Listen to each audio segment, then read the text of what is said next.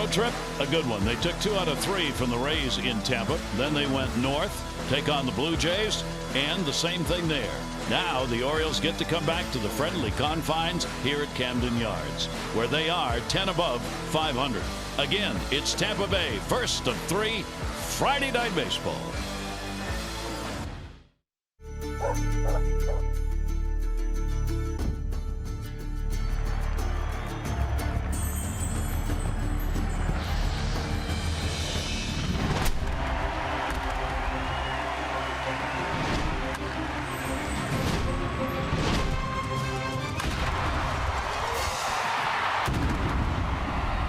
It's the Orioles on Masson, and for a weekend, the Orioles come back home. Only 3 games in a very short homestand, but very important in the division against the Tampa Bay Rays, a team they are 4-2 against.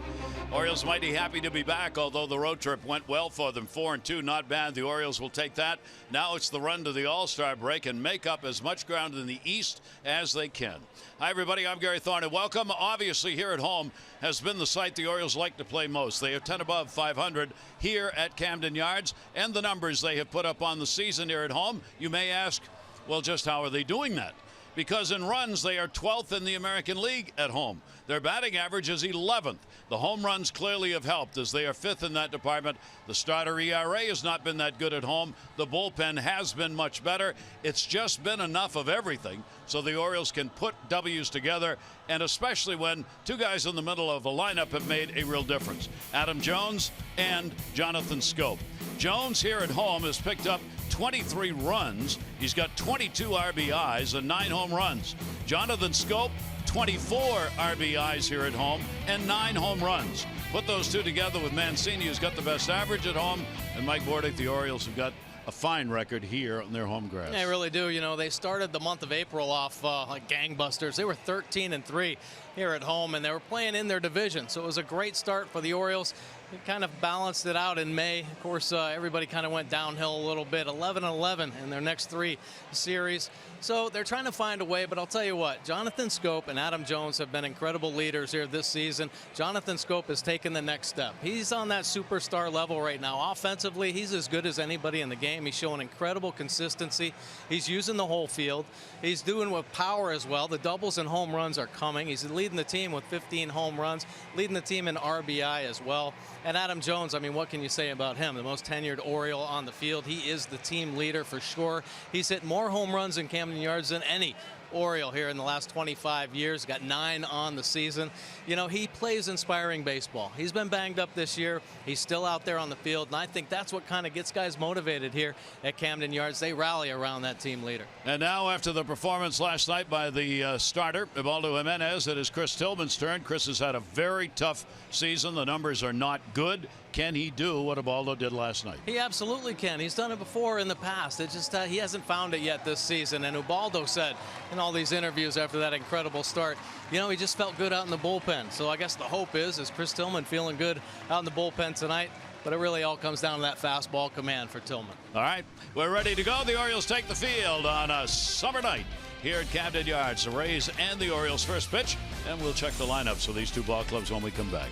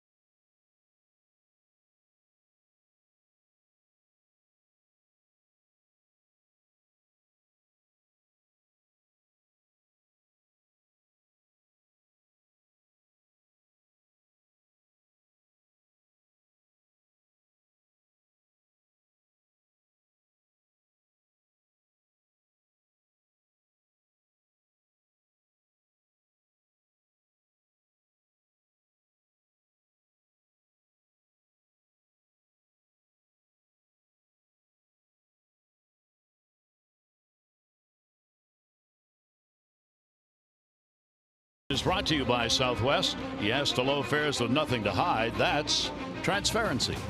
Indeed it is. It has been a summer day and is a summer night here at the ballpark. BGE Home, Baltimore's home team for heating, cooling, plumbing, and electrical. Why would you call anyone else? We will start at 90 degrees. Most of the clouds have dissipated and a gentle breeze blowing out towards center. Humidity down to 46%. And the fans ready for a quick 3 at home for the Rays. Smith, Dickerson, and Longoria, Morrison, Sousa Jr., and Ramos. It'll be Beckham, Plouffe, and Hechavarria. Logan Morrison, 10-game hit streak, the longest on the ball club right now for Tampa.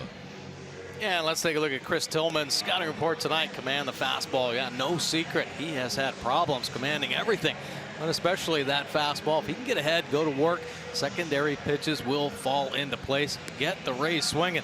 Yeah, that's important. Trying to get this team swinging the bats. They are first in the American League with 791 strikeouts. And lucky 7?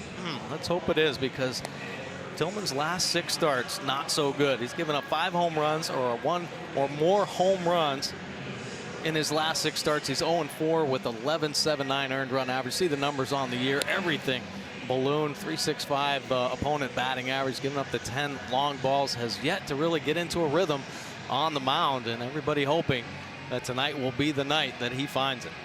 Well, certainly something to build on after he had a chance to watch what was done by another pitcher who had struggled, Ubaldo Jimenez. We'll see how he can do it. Vital game. There's Ubaldo, who will spectate here tonight. The Orioles are at 500, 4.5 games behind the leaders in the division. Also at 500, Tampa Bay. They are 41-40. So the Rays have just a half-game lead over the Orioles in the standings in the American League East.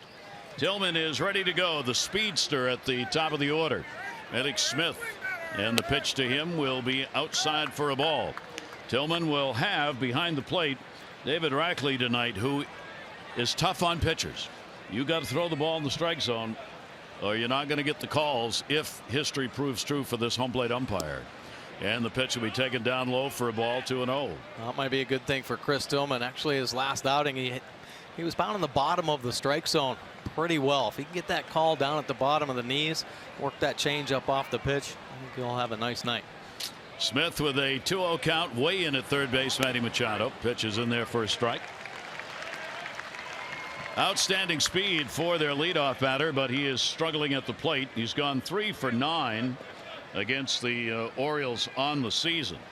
But he had a day off to rest a little bit. He hasn't had a hit in his last 12 at bats.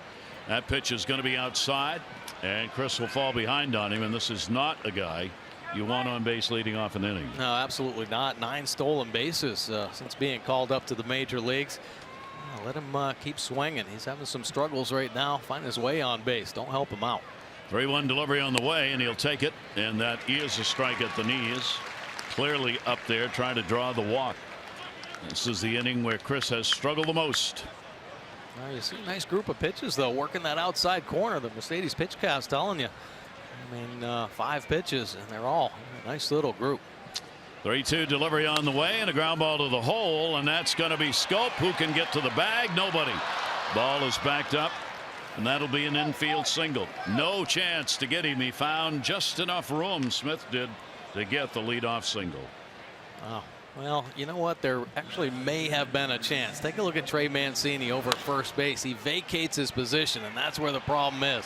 The Orioles in spring training are, boy, they pounded defensively. The first baseman is supposed to take maybe a false step, but get back to first base. Mancini caught out of position there after Jonathan Scope made a fine play. There it is. 2 steps, loses his footing in the dirt. Scope just throwing it over the base, hoping somebody's covering. We've mentioned it so many times talking about first baseman. I remember having a discussion with Keith Hernandez in his best days, and he always said the hardest decision at first base is when to go right and when to go left. Yeah, you got that right. He said you really have to learn that and make that judgment so quickly, because as you saw there, once you go one way to the right, you're not going to get back to the bag. So now he's got to keep an eye on him at first base. Base stealer. Chris has always been tough to steal on, and even this year, base stealers only 1 for 2 against him. And he's got to face not only the speed at first base, but one of the league's best hitters. Corey Dickerson at 330.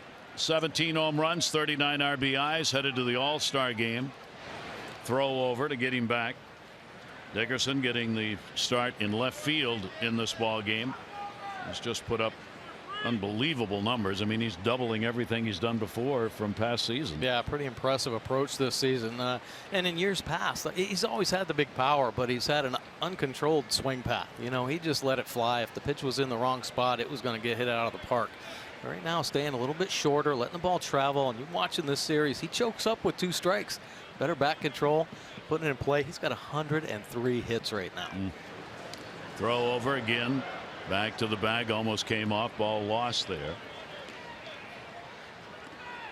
And that's what speed does to you. Really slows the game down and forces concentration that as a pitcher on a place you'd rather not be looking at. Yeah, exactly. So a couple quick snap throws over there. There you see the percentage of stealing, 69%. Still kind of learning his way here at the major league level. Tell you what though, Castilla, great arm back there. He will challenge Smith for sure. Big lead. Runner not going. He goes the other way. Got a chance for 2. There's one relay and they get the double play. So the Orioles get a big 2 right there with Tejada scope and the relay throw to first. Actually, Manny slid over with the shift on. Tejada turning it at second base. Utility player, certainly familiar with making that turn. And the Orioles have turned a ton of double plays here lately, especially in the last series against Tampa Bay. Helped them out tremendously. So Manny gets to play shortstop, if you will, for a play. Yeah. So the 5-6-3, and the Orioles get that leadoff man off the base paths. That's the big deal. And here is Evan Longoria. Longoria now with the bases empty, nobody on, and the Orioles put the shift on. Big numbers against Tillman, a .303 lifetime batting average, and he has had 9 career home runs against Chris. But a chance for Tillman now to get out of this first inning. Fouled away. Chris has surrendered 15 first inning runs, by far the most. It has historically been a problem. It's not just this year. Over the years in his career, his first inning ERA is 5.5. And opponents hitting .413 against him in the first inning this year. So if he can face just 3 here to start this ball game, it's a big lift for him and the Orioles. Absolutely. Unfortunately, somebody that's had his number throughout his career, Longoria, mentioned the 9 home runs, but he's crushed all Oriole pitchers. He's got 37 career home runs versus the Orioles, and how about 20 of them right here at Camden Yards? So be careful. Little breeze that's blowing out, and Longoria will stand out. There's J.J. Hardy on the DL, of course, but he'll do a little coaching over there and help Bobby Dickerson. Definitely nice to see right there. Bobby Dickerson, J.J. Hardy get these guys going. Pitch will be taken down low. Also great to see back behind the plate. Wellington Castillo could not play last night, scheduled to. Going up and down the steps from the dugout to the clubhouse. Little sprain of the knee, but fine today. And there he is behind the plate. 2-2 delivery. Longoria puts that one off the end of the bat to left field. Joey Rickard is there, and that's the inning. And a good job by Tillman. No runs on 1 hit, no errors, and nobody left on base.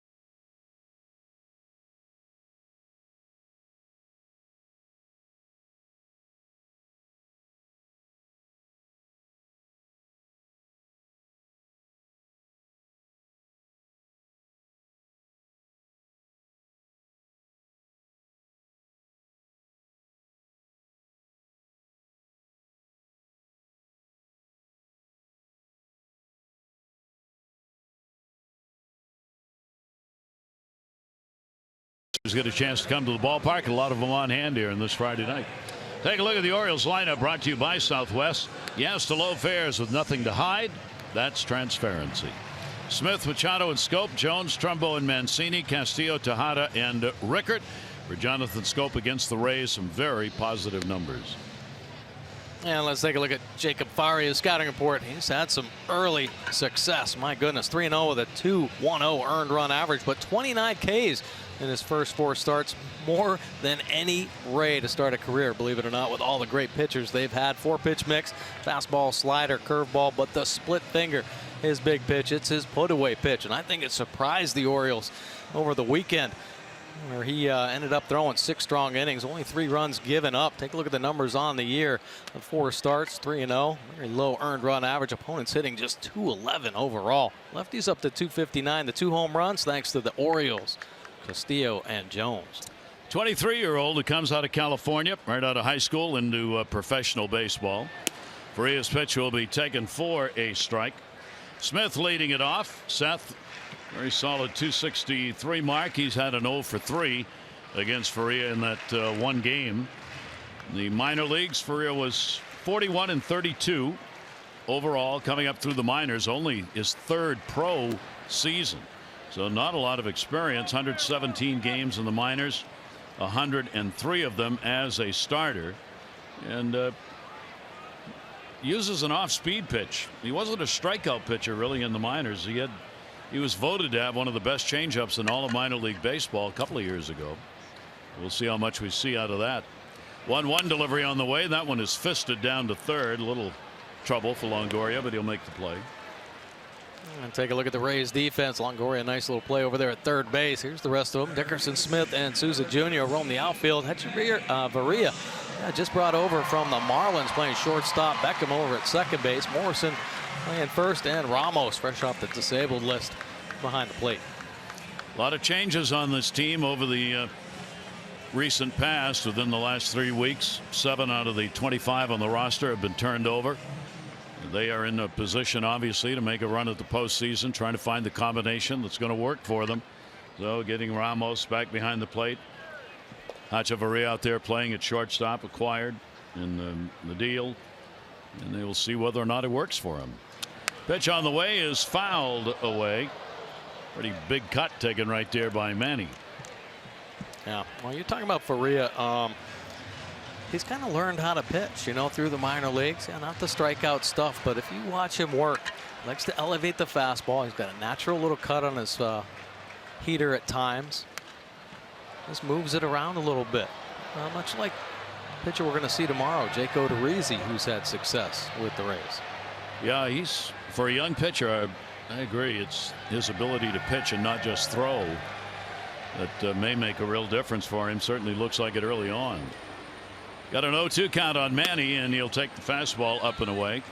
Manny is having the best month average-wise so far.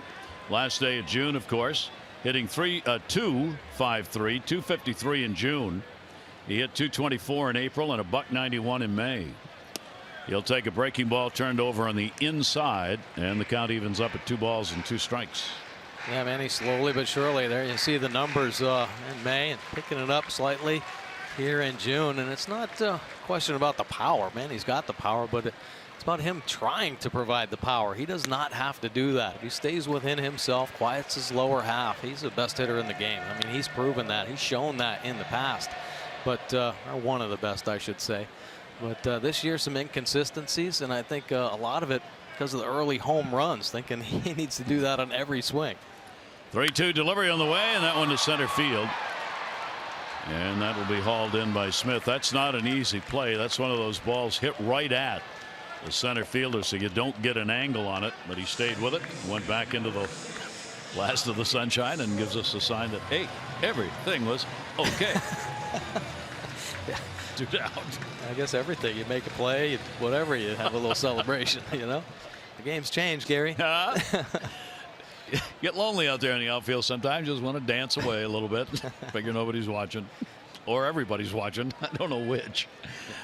And there are 2 down. And that one's going to be fouled back. Now the red hot Jonathan Scope.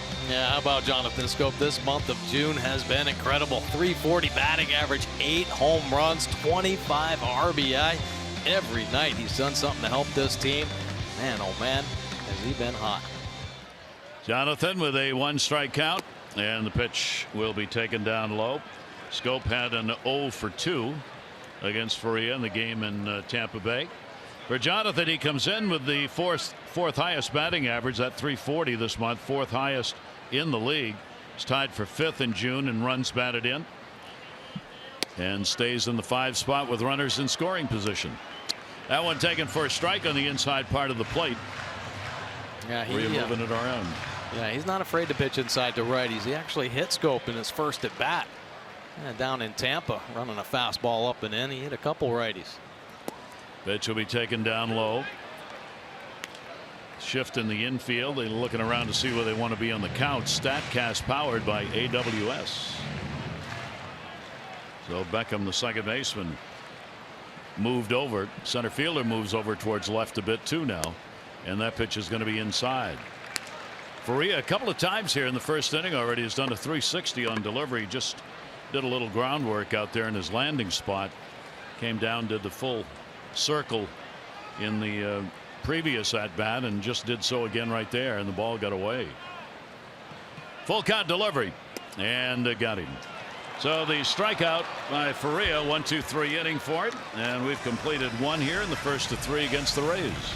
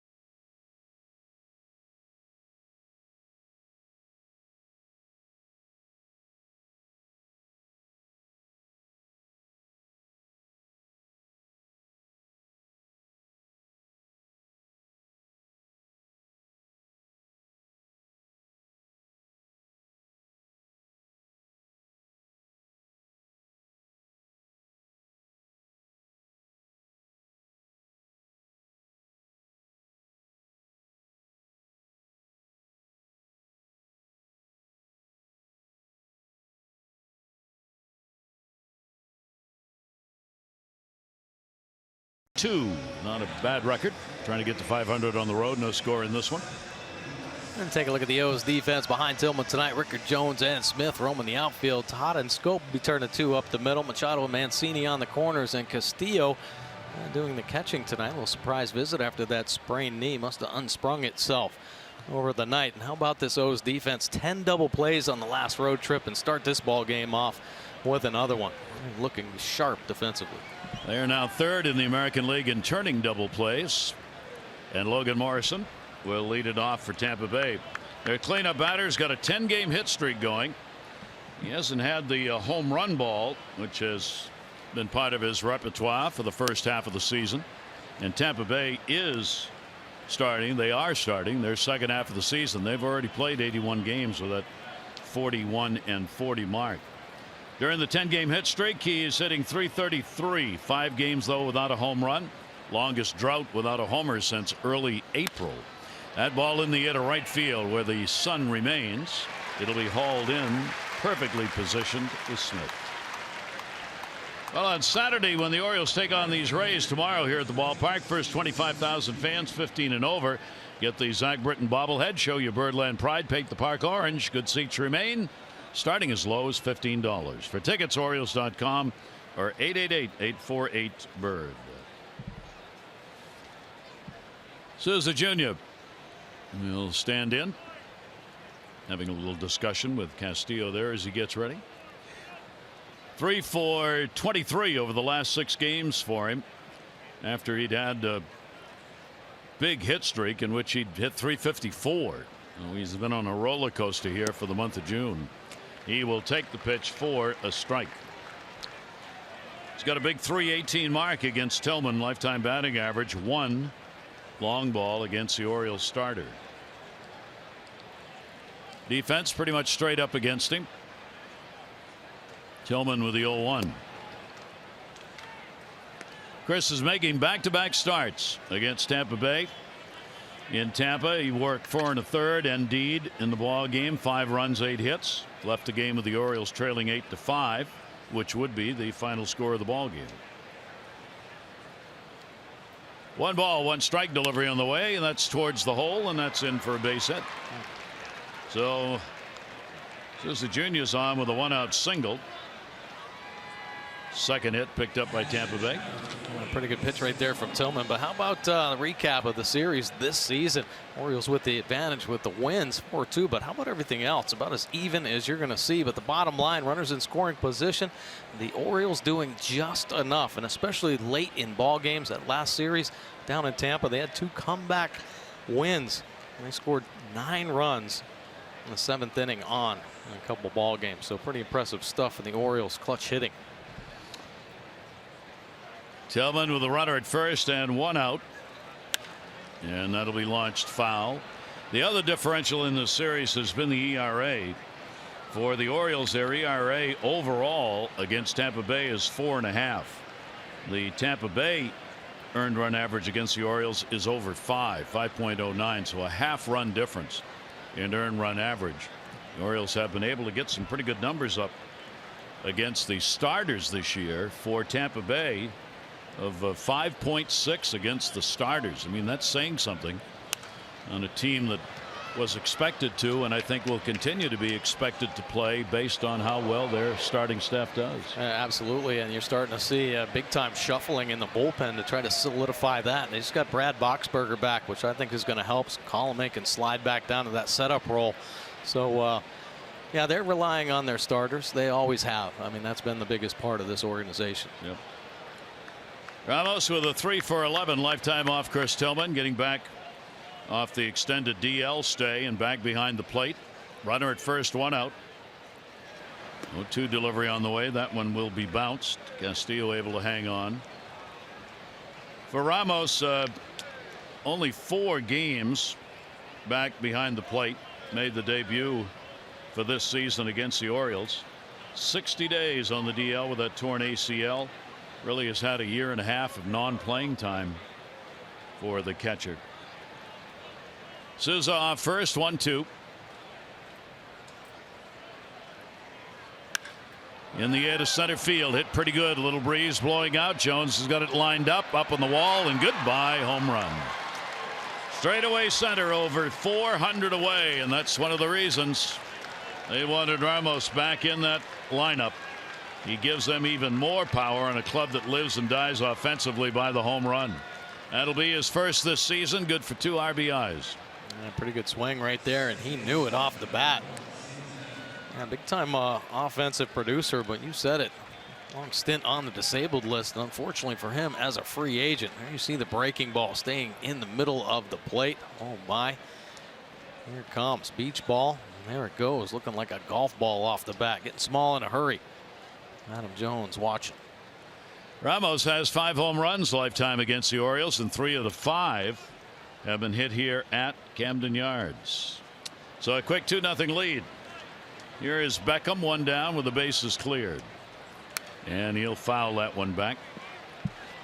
Saw Ramos in that hand gesture in the dugout. They're asking him what kind of pitch it was, and typically when a hitter does that, that means it's a cement mixer just spinning up there over the middle of the plate. Backed up a little on Tillman. He made him pay. Tampa Bay's 3rd in home runs. They've got 122 of them. So they have powered the ball against opponents so far this year. They come in 5th in runs. The Orioles are 11th in runs in the American League. Orioles 6th in home runs and third for Tampa Bay. And for Chris Tillman, the long ball, 13th time home run hit against him this year. Breaking ball is going to be taken inside by Beckham. And Chris will fall behind on him 2-1. Beckham with a 1-for-4 lifetime off the Oriole right-hander. .328 average so far in the month of June. Chris with a 2-1. Got him to go after one up. A tough pitch right there. Even Tillman's velocity kind of dropping a little bit. He has a little life through the top of the zone. See Castillo setting up down and away, but a good miss riding up and in. That's one of the things under discussion. Every baseball season there are certain items like the home runs and why are they being hit this year. The other is about pitchers living off fastballs up high. 2-2. That was an absolute no-no in years gone by for the most part, unless you really had some zip. Right. But this year you hear more and more talk about if you got a 94, 95 plus fastball, go ahead and go up. Yeah. Once in a while. Absolutely. Right it to the top of the zone. It seems like hitters just targeting out, over, down. You know, I mean, those are the pitches to go to because most generally pitchers try to stay away from that inner third. Yeah. And they think it's a danger zone. So hitters kind of diving in, and we're seeing a lot of hitters actually get hit in the hands and wrists just because of that. You know, diving out over, looking for pitches on the outer third, right into the top of the zone. And man, it looks good up there, but every fastball plays up when it's high. I'm waiting for the day to come back when guys get dusted. A couple of guys on their back. You never, ever see that anymore, do you? Well, because hitters aren't scared. Yeah, well, that's what I mean. Yeah. That one is lined to left field, and it'll be right at Joey Rickard, and Beckham is retired. Well, it was always said that if a hitter gets comfortable in the batter's box against a pitcher, he's going to hit well. So one of the ways you keep him from getting comfortable is you just put him on his backside a couple of times if he's hit well against you. But in this day and age, players protect players. It's more about players against owners than it is about players against players. And they're just not going to do that. And it's not about injuring anybody, but you just don't see the Bob Gibson type of work anymore on the mound where you're willing to deck somebody who hit a home run off you the last time up. Right. Fouled out of play. And the count goes to 0-1. Another one of the changes, Trevor Plouffe. Orioles saw a lot of him when he was playing in Minnesota. Signed as a free agent this year and then designated for assignment on the 15th. And the Rays picked him up 2 days later for cash. And Plouffe is playing here in Tampa Bay. Yeah, I mean, he's hit some home runs, hit a lot of home runs with the Twins. I don't know if that power ever really came to fruition like they had hoped, but take a look at his numbers before and after the trade. Feeling good about playing for the Rays. .250 batting average. 0-2 delivery on the way, and Plouffe will go through it. But a couple of runs on 2 hits. Ramos delivers the homer. Tillman now has given up a home run in 7 straight games.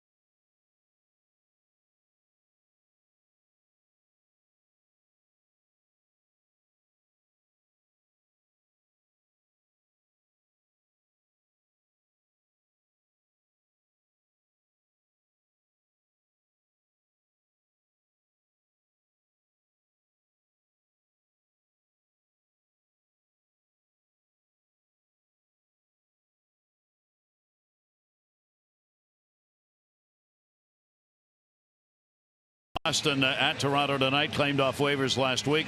Hasn't had a win since last August. Lost his first start behind 3-0 in that ball game. He's given up a home run, the 22nd hit by Justin Smoke of Toronto.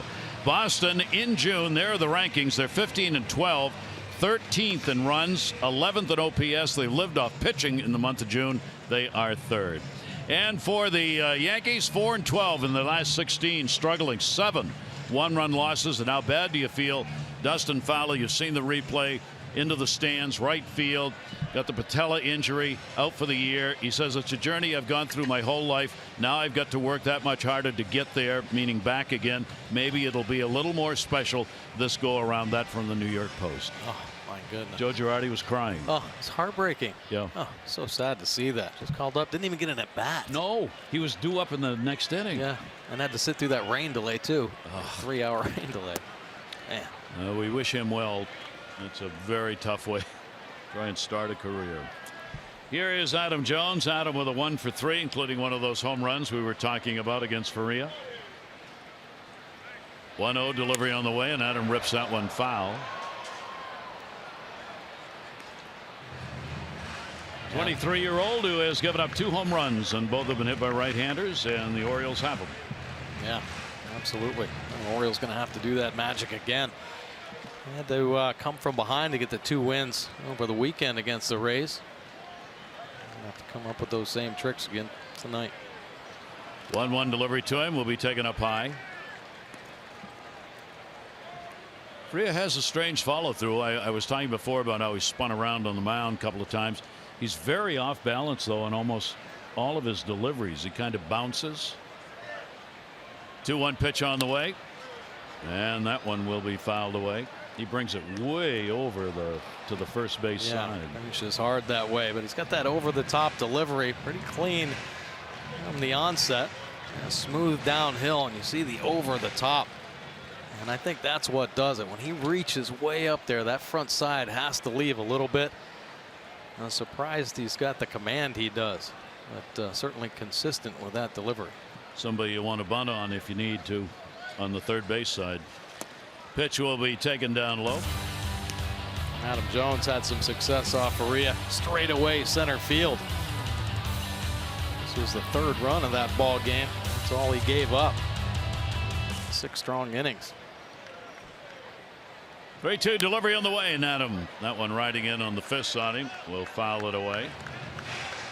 So Adam battling on a 3-2 count. You'll see the 7th pitch of this at bat. Adam, we showed you the numbers at home. 22 RBIs, 23 runs, 9 home runs. He's among the leaders in the American League in those numbers in a player's home yard. Reaching, and that's going to go to short on the short hop. Echeverria makes the play, and Jones is retired. Maryland Lottery contestant of the game is Denvin Bard from Warfordsburg. $500 for being selected, $500 more for every Orioles home run hit tonight. Play Home Run Rich's Scratch House, win up to $50,000. Enter non-winning tickets for a chance to be the contestant of the game. Just go to mdlottery.com/homerun. Denvin, good luck.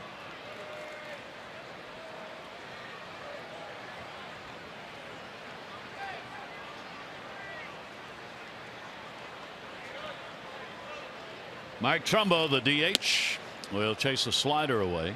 Man, see that ball take off? I'm not sure that was a slider. I think that's just the cut fastball at 92 miles an hour, just zooming away from Trumbo. 1 for 3 for Trumbo. Ball game against the right-hander. 0-1 delivery, another one down and away. Mark kind of freezing after the swing. Like, what? Where are they going? Yeah. That's the thing. He just works the edges and he's comfortable everywhere. Working into the righties, away, obviously. That movement he's getting on both that fastball and the slider. Top of the zone as well. Little nubber outside of first. That's an error. Sorry. That should have been cleanly handled. There was no reason not to get in front of that ball. I don't know, Wayne. I just don't know. Take us a minute.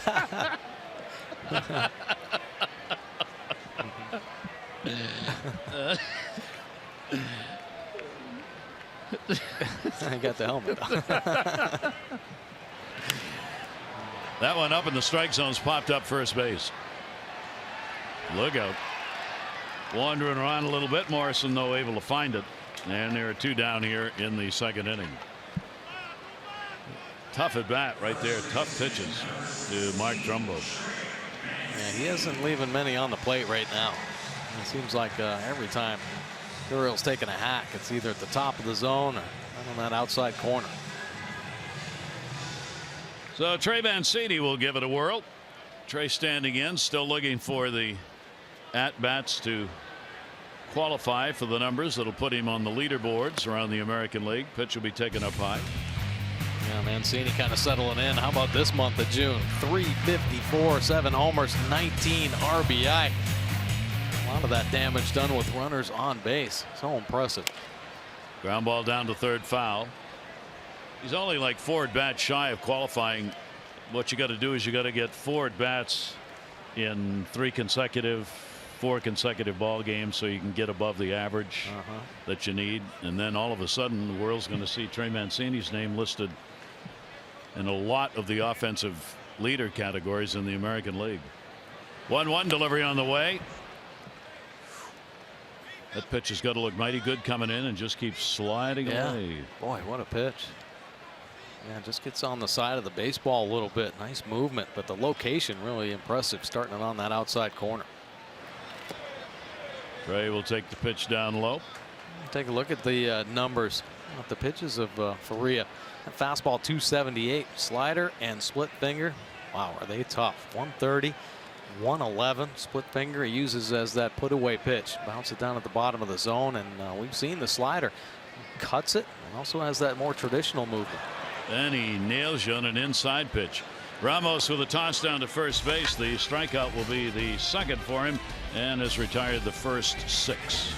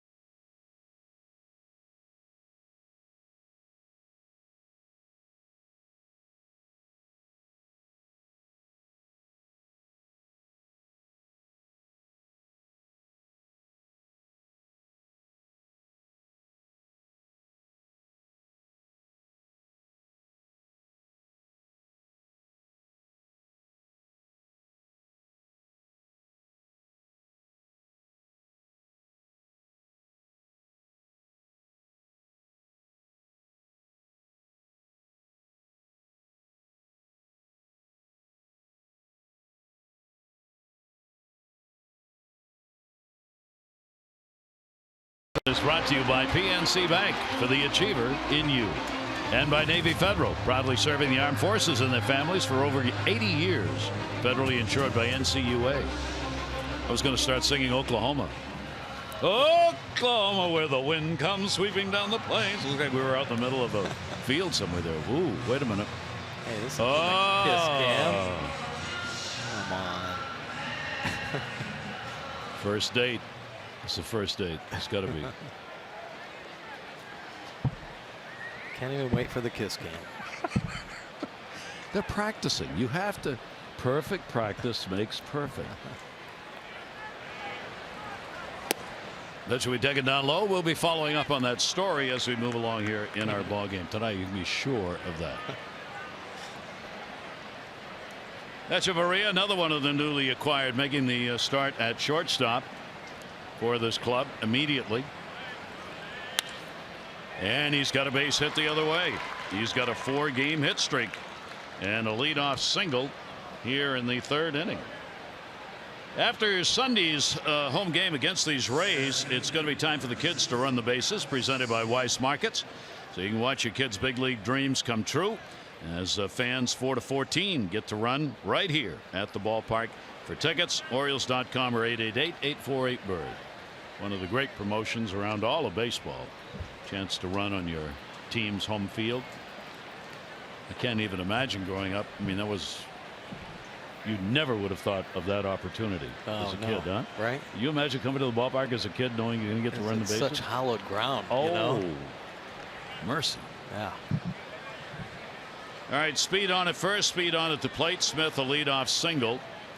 That'll bring Manny Machado way in again, and there's the bunt fouled off. Tried to drag that one down to first.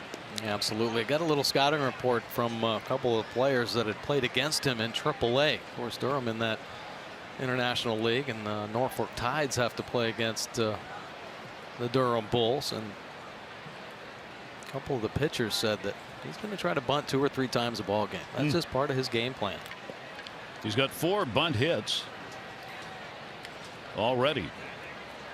Recalled on June 9. Machado stays in at third. Delivery does square. Popped it up all the way back to the screen. So we'll fall behind on 0-2 on 2 attempts to lay it down. Okay, got a little upset at his bat right there. Couldn't get the bunt down. Throws it down on the ground. Bad bat. Come on now. Yeah. Got to get that out front. That was a nice pitch from Tillman, though. Kind of faded away at the end. Bat might not like that. Bat might refuse to hit ball on this next fastball. Now let's show you. Here's the 0-2 delivery on the way. In on the fists and foul back. Count will stay at 2 strikes. So Chris led the leadoff man on in the first and third innings. That's been another problem for him. An amazingly low number. Retires only 50% of leadoff batters. That is one of the lowest, if not the lowest, in the American League this year. Most pitchers are around 70, little up, little under. 0-2 count, short lead at first, runner not going, and see, do not treat bad bad or you will pay price. He is out of there in a strikeout, second for Tillman. Well, nice job by Chris Tillman. Stay aggressive in attack mode right here. He's challenging Smith. This little cutter staying in the middle of the plate, but how about the job Castillo does, opening the glove up, just letting it come to him. Beautiful play there. We're going to hang on to it and get that big first out. So that'll bring up Corey Dickerson against Tillman. He hit into a double play his first time up. Shift on against him. A double play depth again. 1 away. Dickerson second in batting average. Leads the league in hits, third in runs scored. And in road games, he comes in carrying a .355 road batting average, which is the 3rd highest in the American League. And he spreads it around. Yeah, that's impressive. Consistency there. So the outfield stays straight up. Yeah, really a key. Obviously, if you want to hit for average in this league, you better use the whole field. Stay to the big part. Let it work. 1-0 count. It'll be away.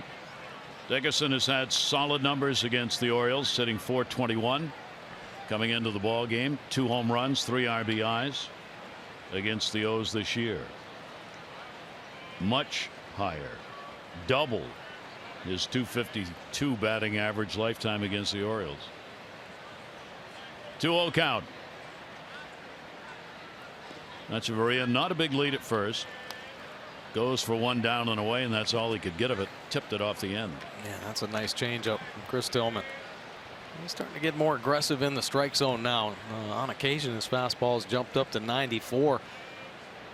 But ability to play that changeup, keep it on the plate. Started on the plate. Nice little fade action down and away from the lefty. Very good pitch. See the struggling numbers there. First time through, big number. Obviously went to the 15 first inning runs at .418. It's a little better second time through and jumps back up at the end. 2-1 delivery on the way to him, and again went after it. No argument. David Rackley, on-plate umpire, making the call on the check swing strike. Yeah, so change up and then follows it up with 92-mile-an-hour heater. Look at that. Can't hold the bat up. Right back into the count. 2-2. Longoria waiting on deck with one down. Left-handers with the .388 mark against Chris on the year.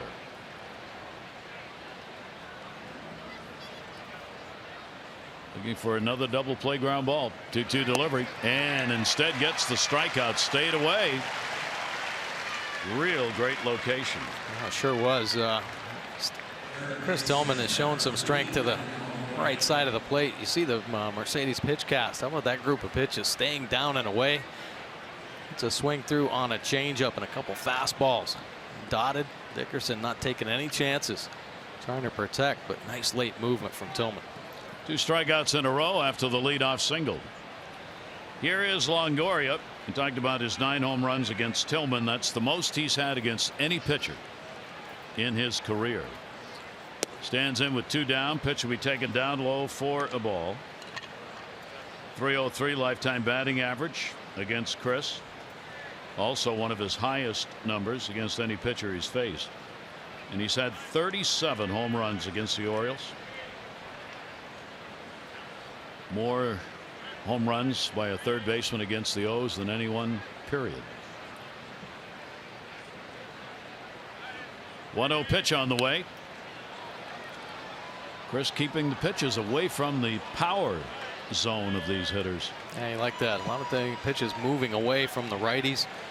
Able to stay on the edges. The one mistake, that backup slider, Ramos made him pay for the 2-run homer. But, looking pretty good right now. 1 ball, 1 strike count with 2 down.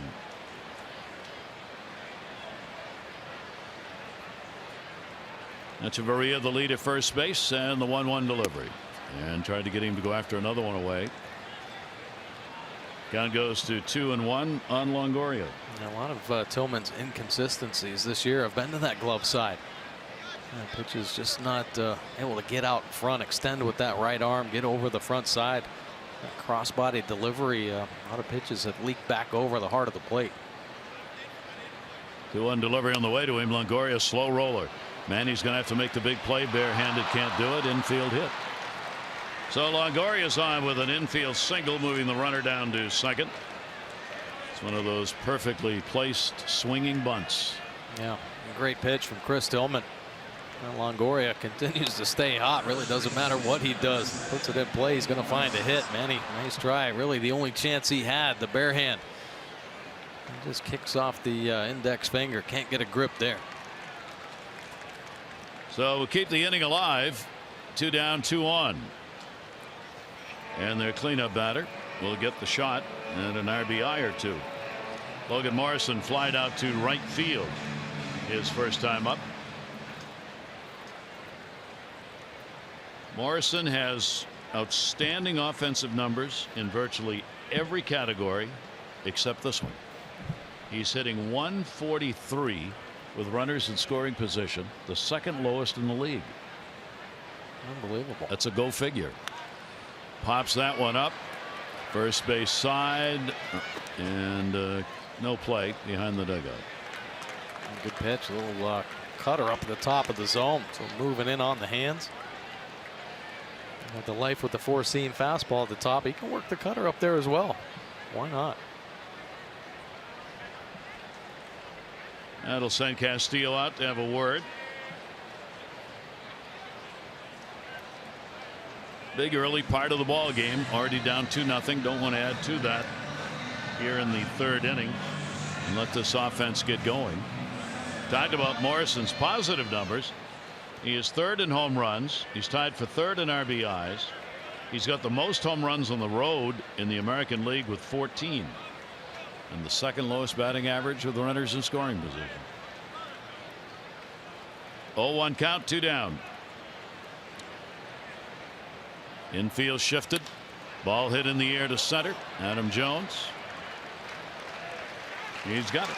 That'll do it. No runs on 2 hits, no errors. 2 are left on base. Castillo will lead it off for the O's.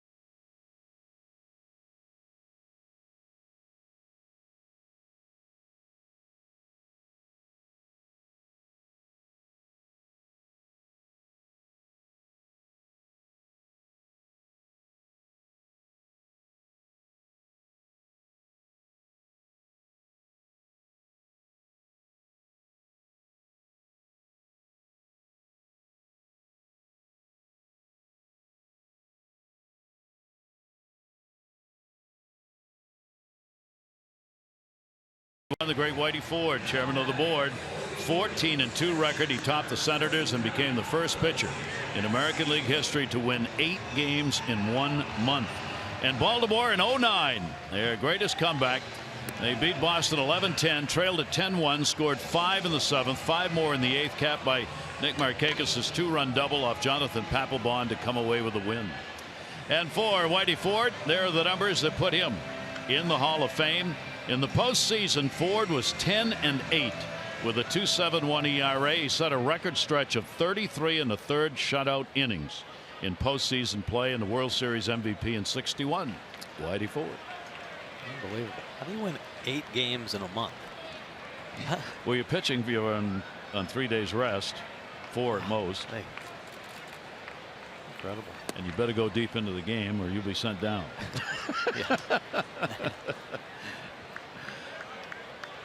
Those were the days when there were people in the minors, a number of them, ready to take your place if you didn't succeed.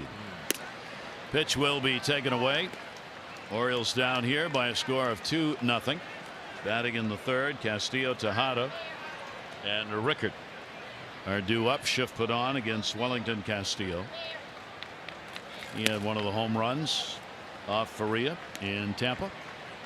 Yeah, let's take a look right here. Down and in fastball, gets it, catches it out in front. Big ball, 2-run shot for Castillo. Stayed away, and the pitch will miss outside, so he'll fall behind. 3 balls and 1 strike. In the games against Tampa Bay, Wellington has gone 5 for 17, hitting safely in all 4 that he's played against the Rays. And that one's going to go to short and can't be handled. Echeverria had that one come right at him and ran right up his arm and over the top. Yeah, coming in hot. There have been some bullets this year to some infielders. And this one just getting all over him. You're not ready. You're going to get beat. That kicked up, shaking that throwing hand. The bounce comes up, catches him off the thumb. Oh, that was right on the thumb, huh? Yeah, that's not going to feel good. Wow. That could play later in the ball game. That one, he's fortunate that didn't hit the very tip of the thumb. You got that right. Caught it on the side, but you see he's still flexing it out. So the error charged, and the leadoff man on, first base runner for the Orioles. Here is Tejada. Down to 3rd, that will be fouled. He had Longoria playing even with the bag. So if he could have pulled that one inside the line, he'd have had a base hit on that one. Yeah. He had a extra base hit taken away in last night's ball game. Probably saw that one on the highlight film. Pilar went crashing into the right center field wall. Nice swing from Tejada. Let's see Buck putting him back in the lineup. Get that bat going a little bit. Had some good swings yesterday's game. In there for J.J. Hardy at the shortstop position. He and Paul Janisch have shared time there. 0-1 delivery on the way, and that'll be fouled off the other way. Faria is able to get ahead on the count here, 0-2.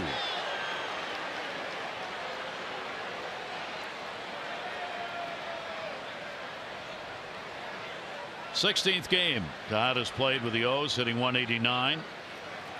Trying to take advantage here of this ballpark. He's only had a 1 for 17 so far here at Camden Yards. Wellington Castillo, very short lead, 1 step at first base. 0-2 in the dirt. Almost able to make the stop. Pretty good block there. Tough pitch, little slider bouncing out in front of the plate. Big man getting the body in front of him. He's not had to make a throw yet to second. Just the 4th game he's played in. Nobody's tried to steal in the games he has started.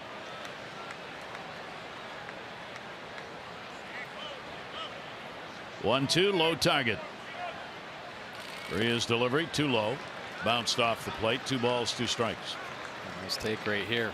You see Tejada working Faria a little bit. The bottom of the Orioles lineup has come up big here recently. Of course, one of their better road trips of the year. And yeah, 7, 8, 9's come up with some big hits. Tejada right now working Faria. I like to see it. Rickard on deck. The double leadoff situation in the lineup for the Orioles tonight. Pitch will be away with Smith in the leadoff spot, and Rickard, who is a leadoff batter, batting in the number 9 spot. So you get some speed and ability to move people around at both ends. Absolutely. And Buck Showalter with Rickard starting to get a little bit more playing time. Even Gentry out there, you're starting to see a little bit more small ball being played. Some bunts, some hit and runs. A little more versatile offense. 3 ball, 2 strike count. Runner not going anywhere. Ball popped up. Shallow center. Center fielder waves everybody off, and Smith will put it away. First out, runner back to first base. For every Orioles walk, Care First Blue Cross Blue Shield contributes $50 supporting the American Diabetes Association. 203 walks, $10,150. Care First Blue Cross Blue Shield encourages each of us to take that first step towards a healthier and more active lifestyle.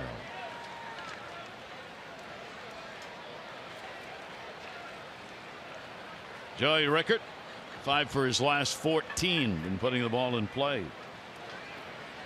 Runner on at first base and 1 down. Longoria sneaks in a little bit from third rather, and the pitch taken for a strike. Longoria interesting on that last play, of course, out in the Bermuda Triangle out in center field. And both middle infielders go after it, and Longoria covers second base. A smart veteran play right there. And then he goes to the pitcher and he says, listen, I got second, you got to go cover third base in this situation. So veteran leadership showing up. Well done. Check swing, ball hit bat, and the count goes to 0-2. Rickard did not want to go around. There's Longoria.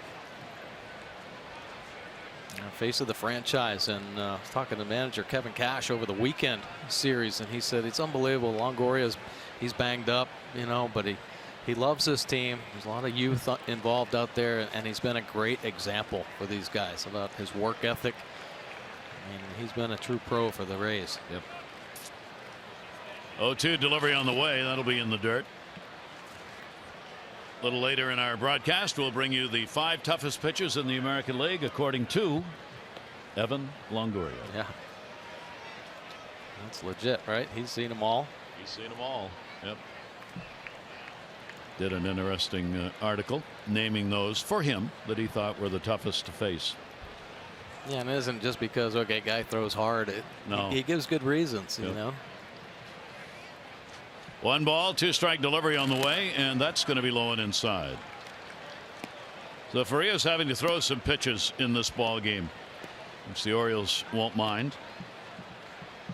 And get him out of there and get to the bullpen. A 2 ball, 2 strike count.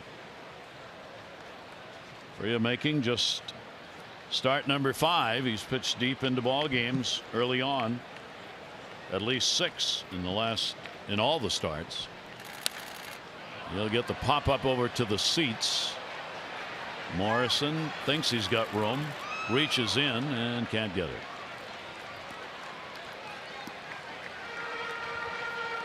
Yeah, had to do. He really was concerned he didn't hurt somebody over there. I think he stuck that glove in. Right. Yeah, came in hard. Right in her face. That's a hockey move right there. Glove to the face. Face wash. Whoa! Face wash. Oh, man. Oh, that'll be 2 for unsportsmanlike conduct. Oh, and then she gets the hat raked across. Oh my goodness. But Logan did apologize. Oh, it was the first baseman that raked the glove. He's going to go after him. Oh my. 2 ball, 2 strike delivery on the way. Close but not quite. Good eye. And Joey will move the count full. 3 balls, 2 strikes, 1 down. Runner at first. Wellington, Castillo not fleet of foot. Boy, with only 1 away. Tough case to try and send him. Yeah, I don't think they're going to be sending him here, but bottom of the lineup really making him work here. A lot of pitches thrown. 3-2 delivery on the way, and he got a hold of that one to the gap in left center field. It is staying up and can't get it. It'll go all the way to the wall out of the reach of Dickerson. Coming around to score, Castillo. They're going to try and make a play at the plate. No. Rickard with the RBI double on a 3-2, and the Orioles are on the board now, down by only 1. Ah, what an at bat by Joey Rickard. Clutch hit as well. Nice send by third base coach Bobby Dickerson. Ball gets a little hung up out there on the wall. He recognizes it. Even Castillo gets him on his horse and going. Nice swing there, going down and get some. Now take a look here. Ball hits the bottom, kicks back. Smith loses a footing. That's what Dickerson recognizes. This will be a great look here. Here it goes. He sees the bobble, arm motion going. Help Castillo scoring uncontested from first base. O's on the board. So Bobby Dickerson sending him around. Little hesitation there to make a play at the plate on the defensive side of it. Now the potential tying run is out there at second base.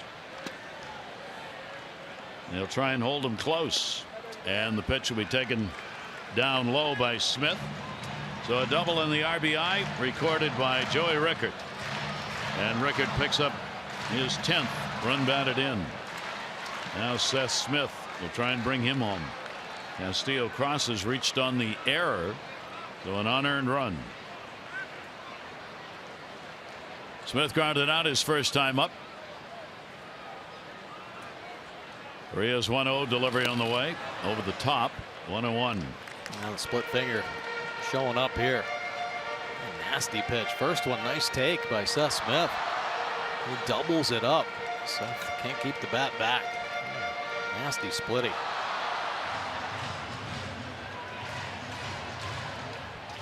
Really holding Joey Rickard as tight as they can to second base, trying not to give him any edge at all.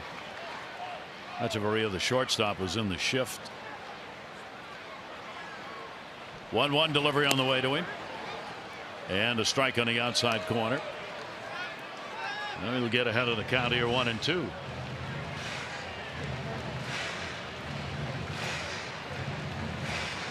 Good opportunity here to get into the head of Faria.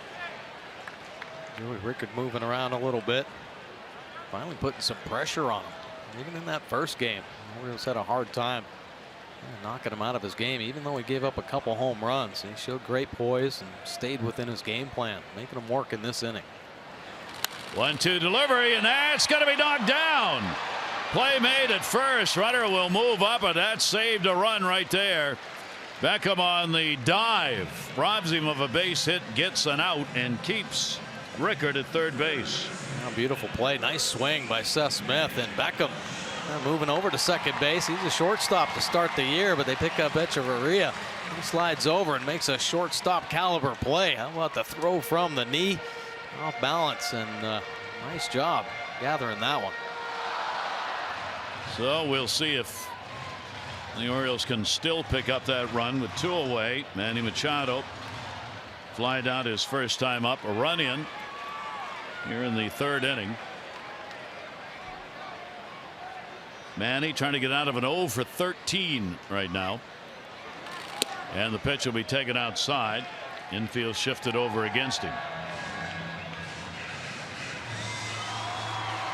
And he has been productive even with the low batting average for much of the season. He's hit 40 or more points higher with runners in scoring position for the Orioles than his overall average. Breaking ball is going to be taken down low. He's at 265 right now with runners in scoring position. And that is well above the overall average that's been hanging around that 225 mark. Yeah, Manning's had a tough little stretch here, but for a while he was just smoking balls, unfortunately right at him, but that gets into your head a little bit. Little chopper. Good play is going to have to be made to get him. The throw, and it is made. Echeverria, who made the error, accounts for it right there by getting the out. Joey Rickett, though, delivers on a 3-2, a double, and an RBI that would soar Castillo with an unearned run. Rays 2, Orioles 1.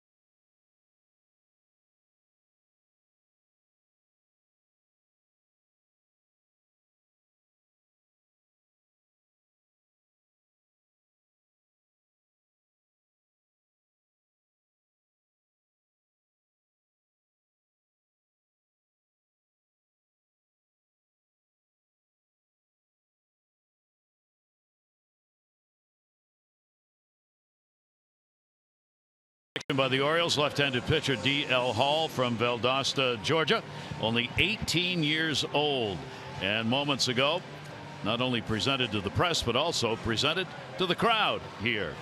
The 18-year-old will be making his way down to Sarasota, where he will be starting his professional career. Orioles have now signed 31 selections out of the 17 first player draft. There you go. First round pick signed. Orioles have done a nice job signing their recent draft picks. You had $3 million when you were 18, right? No. No, I didn't. No. You took away a lot of those zeros. In fact, $3. Yeah. If that. If I had $3 to fill the gas tank at 18, I felt I was in pretty good shape. Yeah, absolutely. Congratulations and wish him well. Yeah. On to the work. It is an exciting time for sure. Yep. Souza Jr. leading it off against Tillman. One-run ball game. He had a base hit, scored in the second inning. Two-run homer by Ramos, the catcher, off Tillman, providing the runs for Tampa Bay. And you saw the unearned run RBI by Joey Rickert. 1 ball, 1 strike count. Chris with no walks, 3 strikeouts so far. The 1-1 delivery on the way. Well, Carol Bancels, we hope she is watching our ball game. Yeah. She is recovering. We're so happy to say going well, and to her and Richie we send along our love and best wishes. Absolutely. Yep. Man, oh man. Yeah, I hope they're watching and enjoying a good ball game. Well, they've had a couple tough days here. Very recently. tough. Yep. We're glad it has gone well. 1 ball, 1 strike delivery on the way, and came that up again and in and gets him. Oh, I like that. After a cutter down and away, well located cutter. You see the pitches, the groups here. The high fastball up and in. Textbook stuff. Soft down and away, hard up and in. Souza Jr. getting tied up. Good look at Tillman's delivery there. riding life on the four-seam fastball. They notice how deliberate Tillman is being in this ball game between pitches, between hitters. It's something he talked about after his last start. That'll be fouled off. Ramos, who had the home run against him. Souza going back in, not particularly happy, and that bat will not be used again. The bats are taking a beating here in the Tampa Bay bench tonight. That might have been Smith's bat. Was that Smith's bat? He took it up there? Well, if he saw Smith strike out with it, why would he take that up with him? But who knows? Anyway, new lumber. 0-1 count, 1 down. Talking about Chris, he said, I felt as though I was rushing. As the game went along, I started speeding things up. That was the game against Tampa Bay. 5 runs, 8 hits, 4 1/3. Said I got to keep it under control and slow it down. Right. That is the key to this game. I mean, it's the mental confidence, the ability to take your time, take a deep breath when you have to. You see it with hitters. They get a little jumpy. It's the same thing. They rush the game. They want to try to get it going, move it forward. I've seen some Oriole hitters go through that where they're fighting to get a hit so bad they're trying to hit it right out of the pitcher's hand. Their body goes forward, their head moves forward. Well, the pitchers are the same way. They get in a rush to try to get things done and completely lose command. Nice that Tillman recognizes that. Having a nice game right now. Yep. Keeping it at his own rhythm. 1 ball, 2 strike count. And that one up in the air. That was in on the fists a little bit. Rickard will get over and put it away. Ramos is retired, 2 down.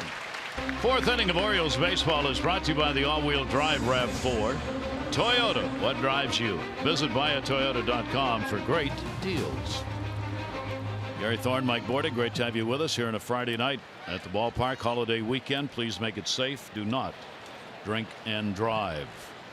A lot of folks will be off here for the long weekend, I suspect, with July 4, Tuesday. So there'll be a lot of people not working on Monday and a lot of people calling in sick, already knowing it for Monday. Premeditated sickness.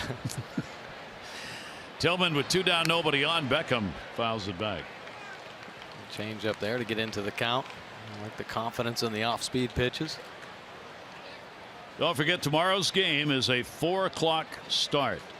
3:30 owes extra, 4 o'clock for the game on Masson. Sunday, 1 o'clock owes extra, 1:30 for the ball game. Dylan Bundy, Jake Odorizzi tomorrow, Kevin Gausman, Alex Cobb on Sunday. We haven't mentioned, but Oriole fans may know, Chris Tillman and his wife expecting their first child, and she is overdue. Yeah, any moment. And in the hospital, and there was some question about whether Chris would be making this start, but there was no change today, and so decision made by Chris. It was his call that he would be here and make the start, and then the Tillman Tykes are going to be joined by one shortly. Yeah, legit Tillman Tyke coming anytime soon. Wow. I know he's had a lot on his mind. Actually came home early from Toronto, which is a good thing. Yep. Be with his wife. 0-2 count, 2 away. Tim Beckham at the plate and just gets a little piece of that breaking ball and fouls it back. So Beckham will hold the count at 2 strikes. Just a little breeze left to right or out to center a little bit. Very comfortable summer night here at the ballpark. For Beckham during the hit streak, which is 3 games. He's had 4 hits in now 12 at bats.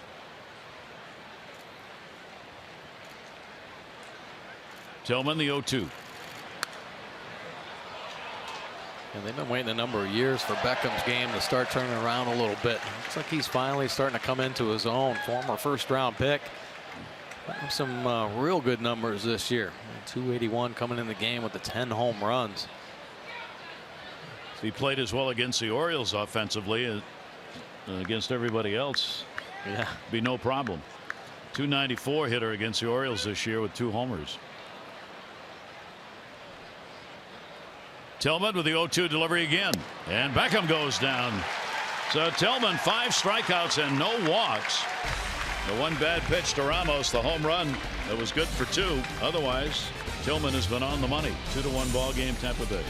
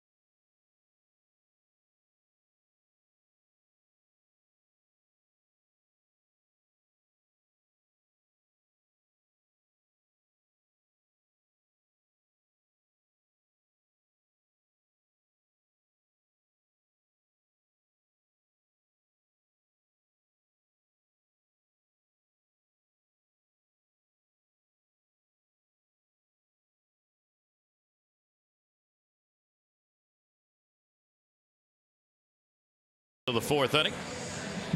Now Jonathan Schoop joining some pretty good company with his power up the middle. You know, Cal Ripken Jr. on this list. Tejada a couple years leading the team in home runs. Hanson, Bobby Grich, Jonathan Schoop. Yeah, he's coming after him. Got 15 home runs right now, leading the Orioles. Coming after a career high at 25 last season. He stays healthy. That should be easy one to eclipse. Strikeout victim is first time up. Correa has not walked anybody and has struck out 2. There have been no walks issued in this ball game by either one of the starters. 23-year-old right-hander goes to work bottom of the 4th inning and delivers a fastball that is up and gone after. And an 0-1 count.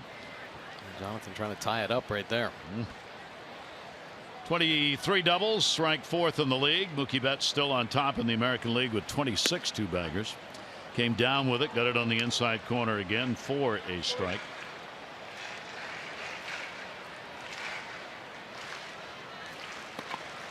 Deserving of an all-star spot, Jonathan Schoop. We'll see Sunday when the selections are announced.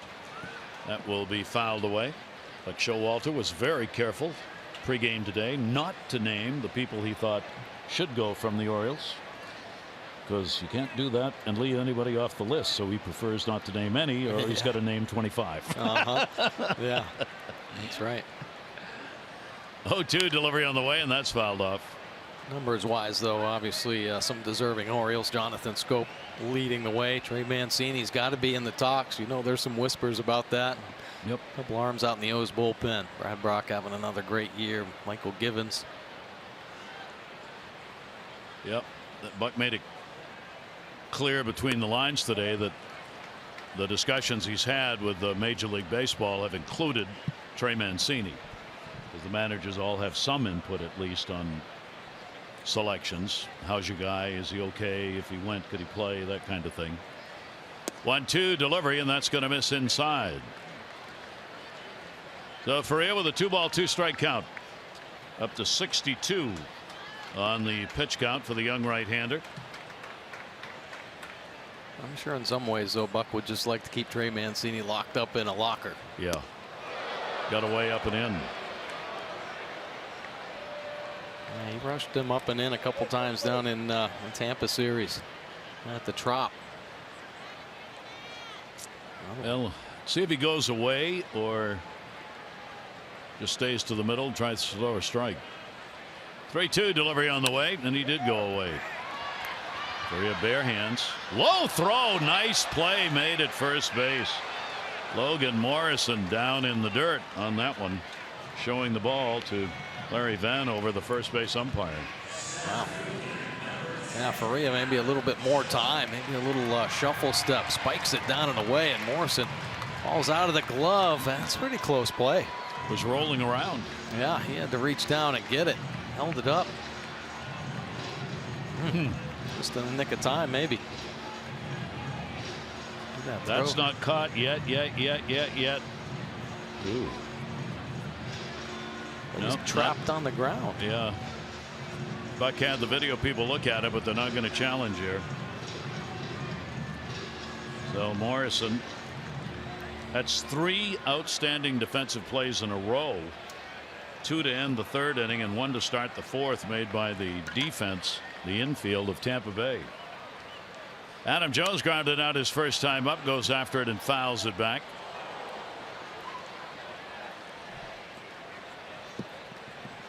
Oh, 1 count on Adam.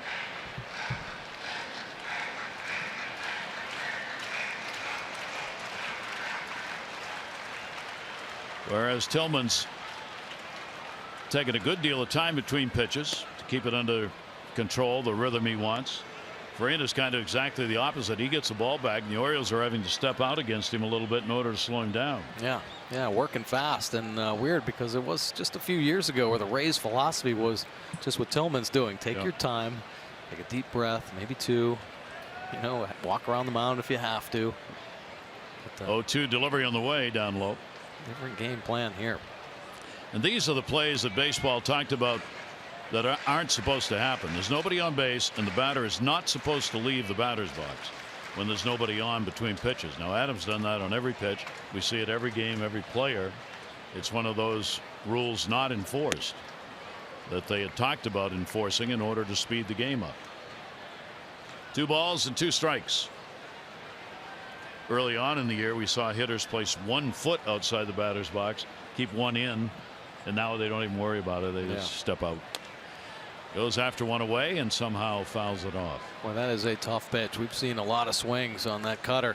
It works itself just off the outside corner, 3 or 4 inches away. Jonathan scoped that little nubber that Faria had to field. Right there, Adam Jones trying to protect with that pitch as well. They're not picking it up. Coming in like a fastball, but late cutter movement.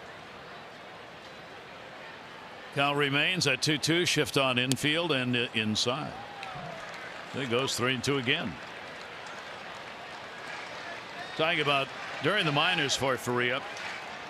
In 16, he was voted the best changeup by Baseball America. The year before that, the best control pitcher in the Tampa Bay organization. Another one that's up and away, and that one is going to be fouled off. He grew up in the shadows, literally, of Anaheim Stadium. Just 5 minutes away. Went to a lot of ball games in California, where he went to high school, La Palma.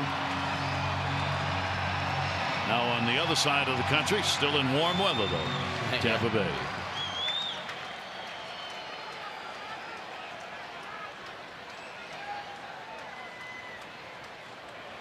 Boy, 3-2 delivery. Adam working a good at bat, and Faria making some incredible pitches. There has not been 1 pitch on the plate for Adam Jones to hit. It's all about protecting right now. Nice little change up at the bottom of the zone there. Cutters away and 4-seamers in off the plate. So the battle engaged here. Here's the 3-2 delivery again, and that one in the air to left field. Dickerson over. Oh, Adam is retired. 2 down here in the 4th inning. The Orioles are going to host the Chicago Cubs July 14th through the 16th here at Camden Yards. For each game, fans are encouraged to bring any non-perishable food item and cash donations to benefit the Maryland Food Bank, part of the 31st annual Orioles Reach Food and Funds Drive, presented by Masson, WJZ-TV, and Papillon Brands. For tickets, Orioles.com or 888-848-BIRD.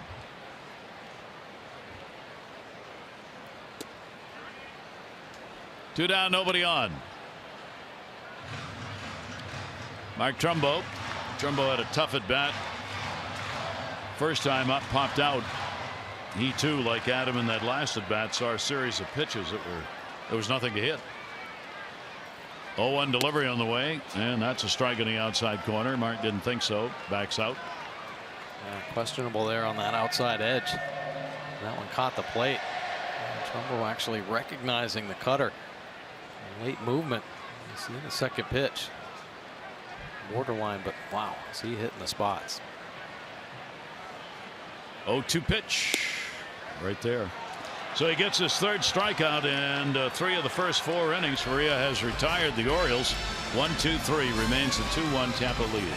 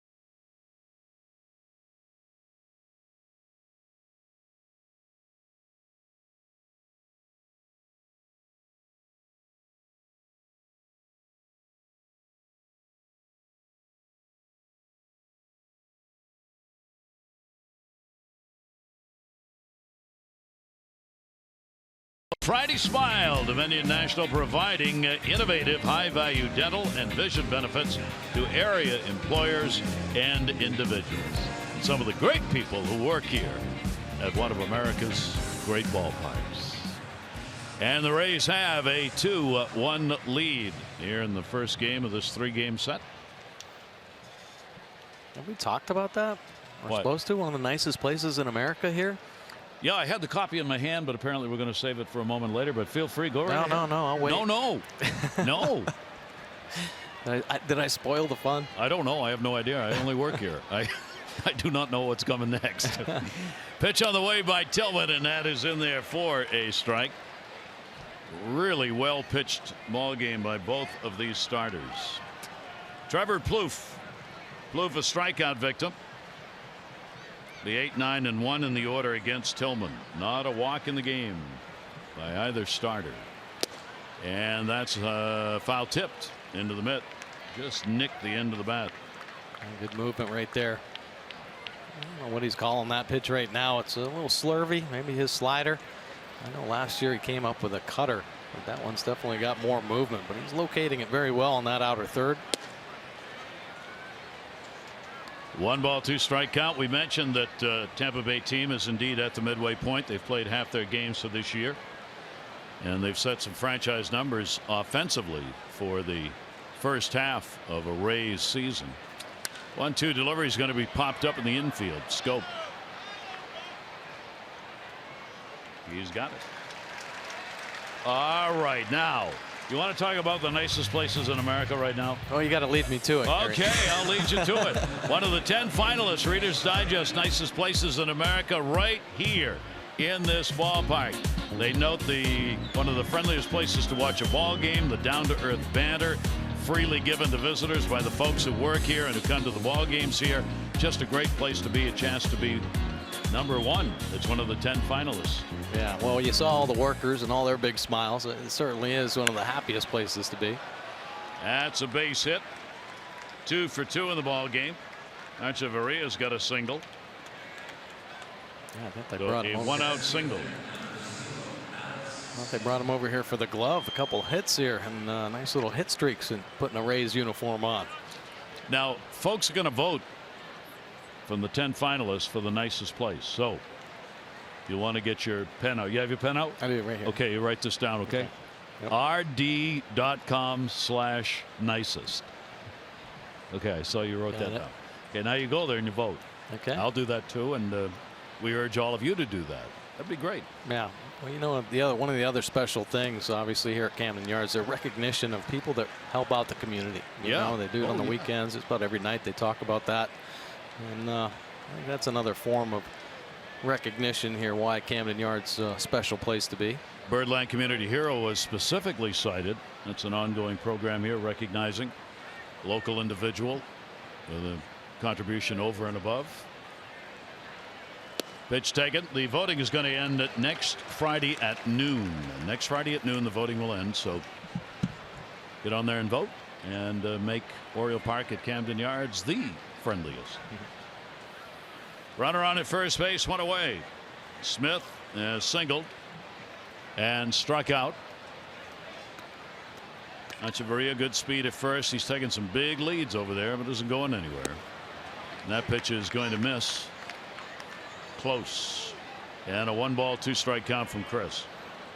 Yeah, Echeverria getting off there. Smith was really getting off first base as well, and it didn't look like there was any intent to steal. There was no leaning, no first step. I think they're just trying to get in the head of Tillman a little bit, understanding he's quick to the plate. And of course, Castillo with a strong arm behind the plate. Down to first and just foul.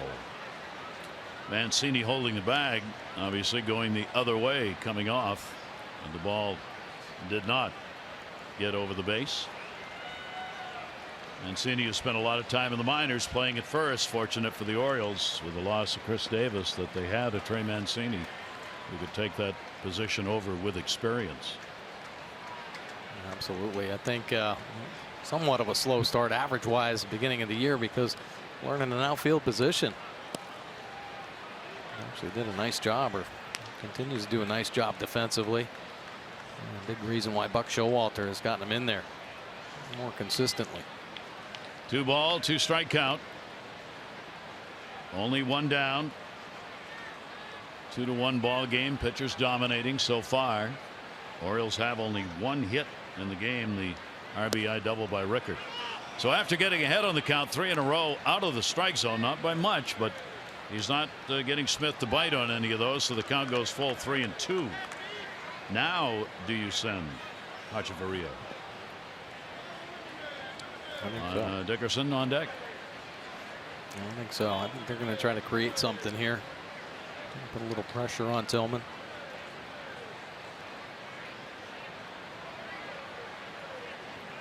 Three-two delivery. Runner goes. Ball slapped the other way, foul. And double plays have been big for the Orioles, and the Rays trying to stay out of one. They got hurt in the first inning. Dickerson grounded into a double play, ending an early game threat.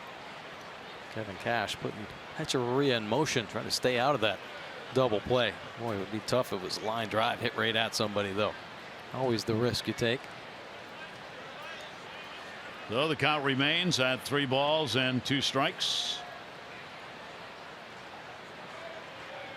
Smith, that outstanding speed, tough guy to double up. Runner goes, slap down the line into foul territory, and a great catch made. Joey Rickard. Oh, what a catch in the corner by Rickard. And he denies Smith an extension of the at bat. Man, ball got a little carry, and Rickard, what a play.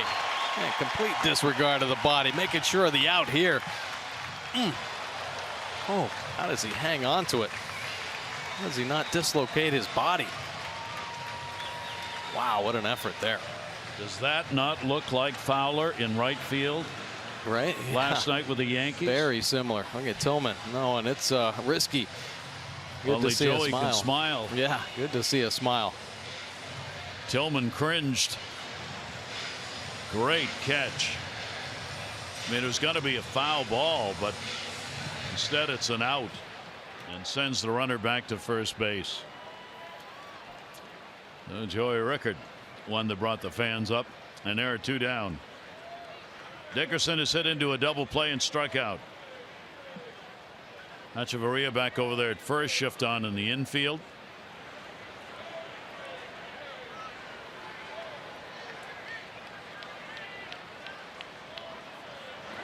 Dickerson will take the pitch away for a ball. With the 0 for 2 in the ball game, he's now 4 for 19 lifetime against Chris Tillman. Both teams making some very important defensive plays to back up their starting pitchers in this game. That's the biggest so far for the Orioles. 1-0 count. Lead shortened a bit at first. Runner not going anywhere. 2 out of the strike zone away. 2-0. Well, definitely being careful here with Dickerson. Tillman's been consistent on that outside corner, and he's been able to reach out there a couple times. Hit into a double play, strike out in a second at bat. Staying consistent on the outer edge. Dickerson had a 7-game hit streak ended yesterday. 2-0 count to him. Reaches again. Rickert coming, diving. Oh, make it 2 in an inning. Why not? And that one didn't even hurt. Yeah, beauty. And Joey Rickard stepping up. Of course, the Rays, they drafted Joey Rickard. He's stepping up here. Beautiful play there. And how about the ending sliding play to the knee? Joey Rickard, couple outs. It's a Rickard inning.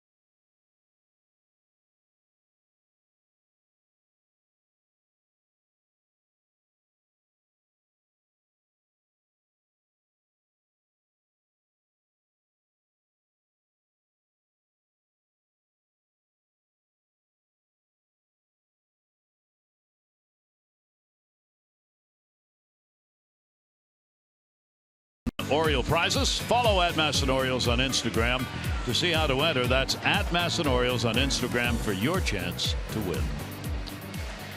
Gary Thorne and Mike Bordick, and the crowd getting to see a really well played ball game. Outstanding starting pitching both sides, defensive plays both sides, and ball game now where you got a nitty gritty grind it out portion as you go to the bottom of the 5th. Yeah, nice American League East battle going right here.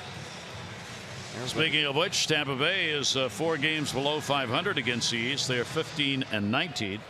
Orioles continue with that fine mark, 25 and 18 against Eastern teams. Jacob Faria, no walks, 3 strikeouts. His 5th start since being recalled from the minors. Trey Mancini will take the first pitch for a ball. Mancini, a strikeout victim. Castillo and then Tejada will follow. Orioles 4-2 on the year against Tampa Bay. Mancini rocks that one back. 1-1. Boy, there you go. Got away with a mistake right there. Hasn't made many in this ball game. Really careful working the edges, but hanging breaking ball. Gets away with it. Orioles won the season series last year 13-6. And trying to head in that same direction this year. 2 ball 1 strike count. Kevin Cash for the ball club has played pretty evenly both at home and on the road, while the Orioles a little more unevenly with the advantage at home. Foul back into the second deck. Joey Rickert with all the high fives coming in after that defensive play. Unfortunately, no physical setback after that collision. Yeah, real lucky there. Impressive play. That ball kind of took off down the line. Yeah. 2-2 delivery, got him to chase, ball drop. He's got to be made at first, and it is. Strikeout number 4. Fans, remember, anytime the Orioles score 4 runs or more, you win free McDonald's Chicken McNuggets. Download McDonald's app today, available at Baltimore area McDonald's. With that strikeout there, at the beginning of the ball game, we were talking about Faria's ability to strike out hitters, and it's kind of amazing start he's on. He had 29 Ks coming into this ball game, most by any starter in his first 4 games. He passed Chris Archer and Wade Davis. How about that? Yeah. Pretty good names right there. Archer. Well, they certainly look like they've got a winner in this 23-year-old. Castillo has scored the only run for the Orioles, an unearned run 3rd inning. He reached on an error. Shortstop committed it. Ball skipped up and over, and he came around on the Rickard double. Joy's had a very big part to play so far in this game. Shift on against the Oriole catcher, and the 1-1.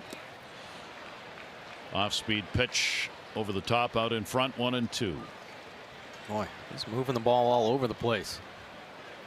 Many opportunities to put swings on mistakes, because he's just not giving them any chances. In, out, down. 1-2 delivery, and that's a strike. So each pitcher now with 5 strikeouts in the ball game. That's 3 in a row. Faria has placed the Orioles back to the pine on 2 down. Oh, we've seen a few fastballs taken for strike 3. Another one. Why not? Well, it's got in the head with the split finger. You get ahead.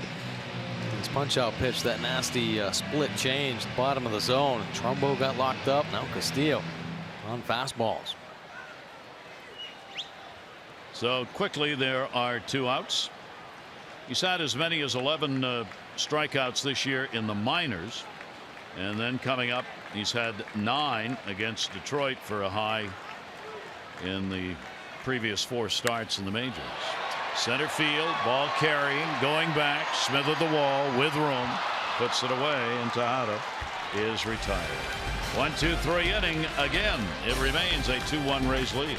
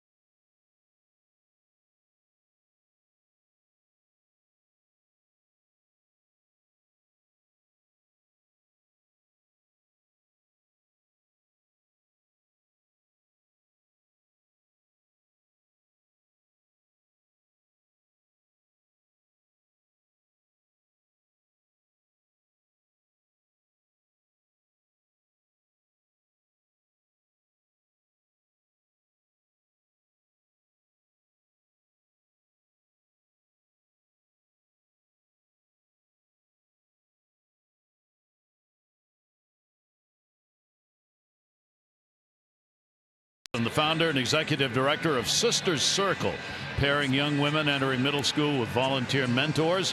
Daily Records Top 100 Women, Junior League's Women of Distinction 2016. We thank her for the dedication, for providing opportunities for young women from Baltimore through the Sisters Circle. Heather Harvison on hand here at the ballpark tonight, and greeted to a great round of applause here between innings. Congratulations.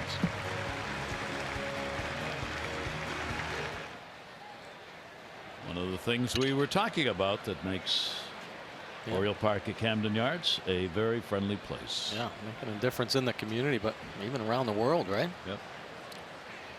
2-1 ball game. Tillman back out on the mound. Not a lot of rest between innings on that one. Evan Longoria will lead it off, a base hit, and he is flied out. Morrison Souza to follow. Tampa Bay comes in having lost their last 2 ball games. Tillman's thrown 13 out of 21 first pitch strikes so far. That one will bounce to the backstop.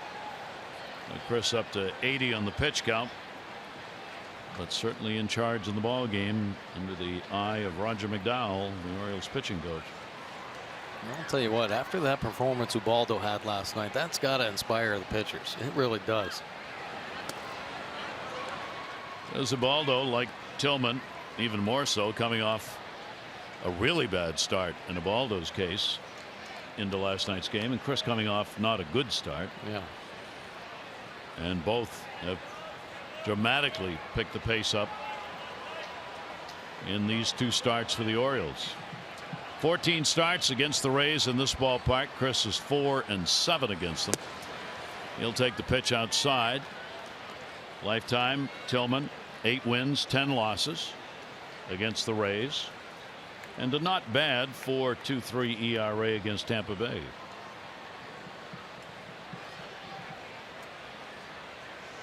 Three ball, 1 strike count. Shift on in the infield.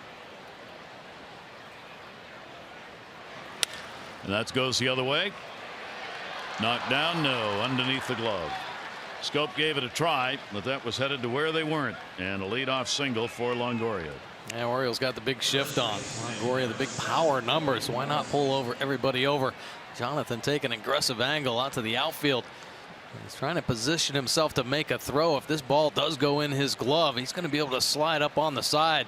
There you see that position if it had gone in the glove, but just out of the reach. Jonathan moving that thumb around. He jammed his hand in the going after that ball. Third leadoff batter to reach for Tampa Bay. Here's Morrison. He has flied out twice. He with the 10-game hit streak. Tillman's pitch to him low. Tell you about the numbers. Tampa Bay going for the first half of the season. They've had more home runs than ever before first half of the year. 122 now. Most runs since 2010 put up this year. And they've had a 20-point increase in their batting average over the last 2 seasons for Kevin Cash's ball club. Those are their first half increases in offense. 1-0 delivery on the way. That'll float outside, and the count goes to 2-0.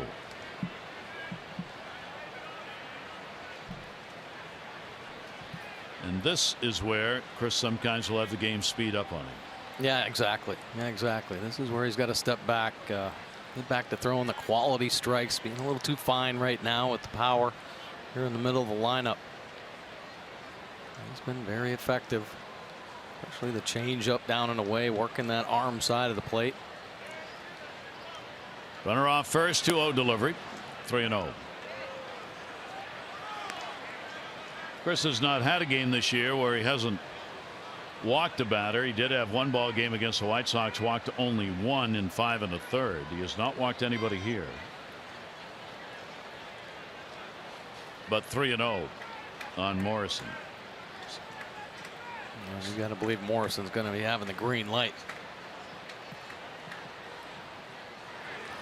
Pitch is not there. So 4 in a row out of the strike zone. There's the first walk. First and second. We'll take a look at the Jim Coons AL leaderboard here. Punch out, patience, and power equals what? How about the Tampa Bay Rays this year? First in punch outs. Just picked up another walk. They're 4th in walks and tied for 3rd in home runs. Unbelievable. Take a look at these teams they're with. The Oakland A's, they made it to the postseason but lost in the ALDS. The Yankees lost in the ALDS when leading in those categories, or top, pretty close. And how about the Red Sox winning the World Series back in 2004? Those pretty similar numbers. Tampa Bay, I talked about the K's 791 punch outs. I don't like that at all. It gives fruition to the new baseball. Absolutely. All or nothing, right? All or nothing. Yeah. Nothing else. Strike out, hit home runs, draw walks to get on for 2 or 3 run homers. Visit to the mound by Roger McDowell. Castro back with the Orioles. So Tillman, runners on at first and second, nobody out, danger point in the ball game for the O's. And Steven Souza Jr. coming up.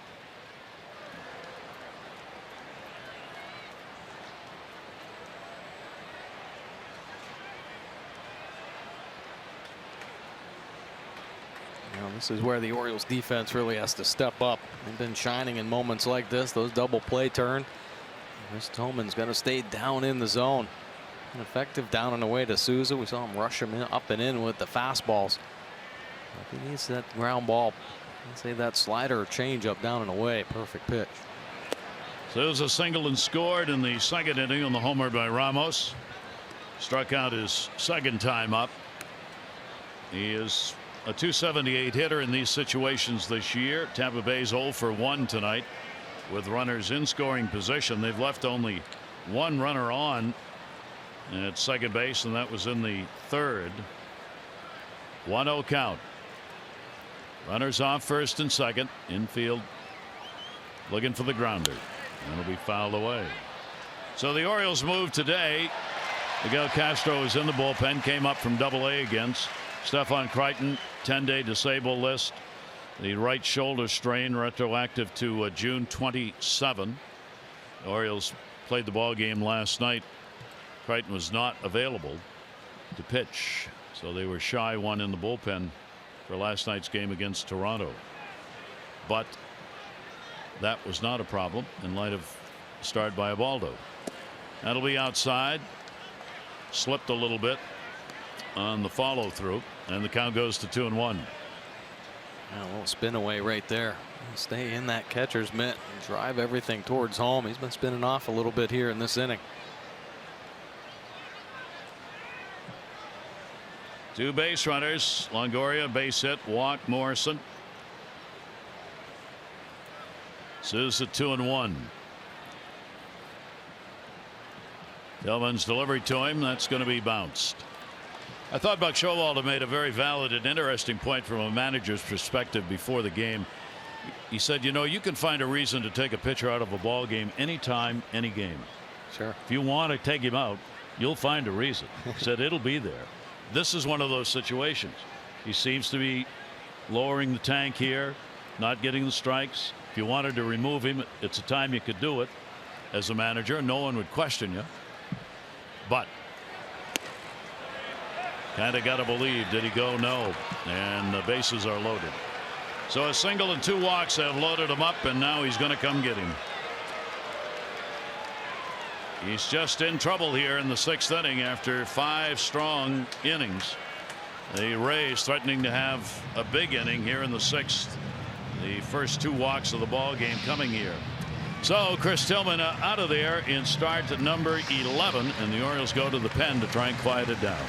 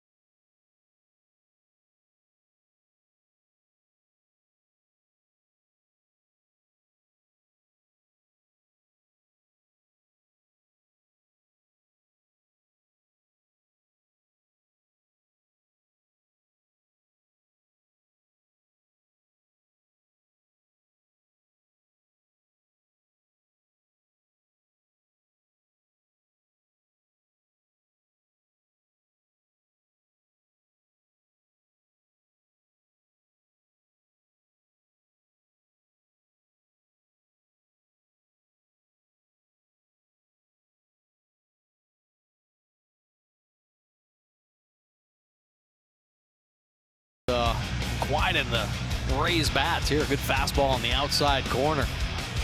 Smith going down with the cheese. Now about keeping the ball away from Dickerson. Nice little two-seamer. Souza missing the up-and-in heater and taking the frustration out on the bat. Quality pitches from Chris Tillman tonight. But some trouble here in the 6th inning leads to another early exit. Just 5 innings, scattering the 7 hits. 2 earned runs on the board, thanks to Ramos' 2-run home run back in the 2nd inning. 92 pitches for Tillman. Now it's time to go to the bullpen. This pitching change is brought to you by Jiffy Lube. Jiffy Lube stores now do brake services. Stop in and let Jiffy Lube perform a free brake inspection today. Well, Miguel Castro just recalled. With Stefan Crichton going on the disabled list. See his numbers here. He's had some good outings and some not so good outings. Of course, a big jam right now to lower that earned run average. 4.32. His opponent's hitting .300. He has given up a couple long balls here in his 7 appearances with the Orioles. 7 for 7 though, with inherited runners stranded. That would be impressive to get out of this one. So the bases are loaded, nobody out. And here's Ramos, who delivered the home run off Tillman for 2 RBIs in the 2nd inning. And Castro try and get the ground ball for the double play. The infield set at double play depth, a little closer at the corners, and the pitch outside. Castro allowed 3 runs, only 1 earned against Tampa Bay on June 23. Pitched 2 2/3 innings in that ball game, the outing against the Rays. A live loose arm. He can rush the fastball up there. 2-seam action. Kind of lateral run with the heater. Ramos will take it, and that's going to be down low, and the count goes to 2-0. Couple of grand slams in his career. Just the 4th game he's played in. Back off the DL. Just an 0 for 2 with runners in scoring position. Getting his first home run of the year in this ball game. 2-0 count. Check swing, strike. A nice pitch right there. Well, the Orioles bullpen has stepped up. How about these numbers against the Rays here at home? Last 14 games, are you kidding me? A .93 earned run average, 11-3 record. You know what? This Oriole bullpen has stepped up here recently as well. So Orioles in a good position. They need their offense to help them out in this ball game. And of course, Castro put a couple zeros up. 2-1 delivery on the way, and that's going to be outside. So no place to put him. And the count goes to 3-1 from Miguel Castro. And waiting on deck will be Beckham. Tillman watching. Those runners, his responsibility. Orioles have gone 4-6 in the previous 10 starts made by Chris this year.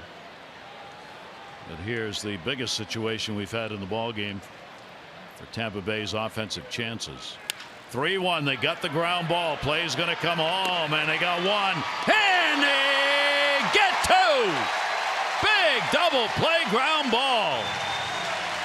Castillo taking it from Manny Machado and making the strong throw down to first base. Yeah, beautiful, tough double play chance right there. Beautiful pitch from Castro. How about Manny Machado coming in on the slow roll? This is going to be a beautiful look. Watch how he sets his body.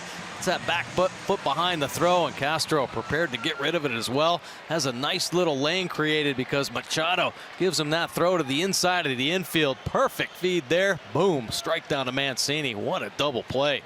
Castro, oh yeah, he's loving it. Great setup at the plate by Wellington Castillo. He got the throw where he needed it out front, so he didn't have to go into the runner, and then could just come right off the throw and go to first base. So a chance to get out of the inning. 2 down, 2nd and 3rd.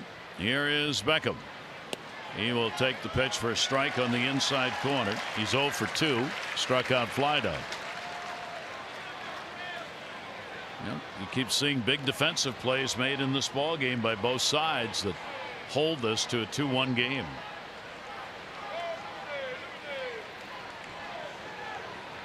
Morrison at 3rd, Souza's at 2nd. 0-1 delivery on the way to him. Ground ball foul came in on him. Yeah, nice job getting ahead. Running that fastball hard in on the hand, so you know Beckham's aware of that. The whole outside corner opened up. Nice little slider as well. Double play brought the fans to life in what looked and was a dangerous situation. And that type of play and that situation energizes everybody on the field. Now Beckham behind in the count. 246 runners in scoring position for him this year. 0-2 delivery on the way, and he'll foul it back up top.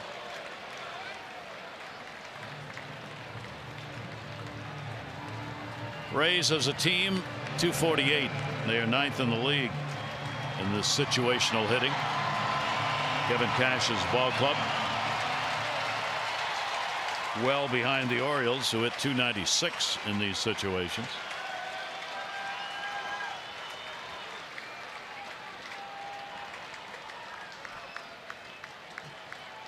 Castro 0-2 again. And Beckham goes down swinging. The Orioles get it done. The bases loaded and nobody out. A 5-2-3 double play off Ramos, and then Beckham on the strikeout, and it remains a 2-1 ball game.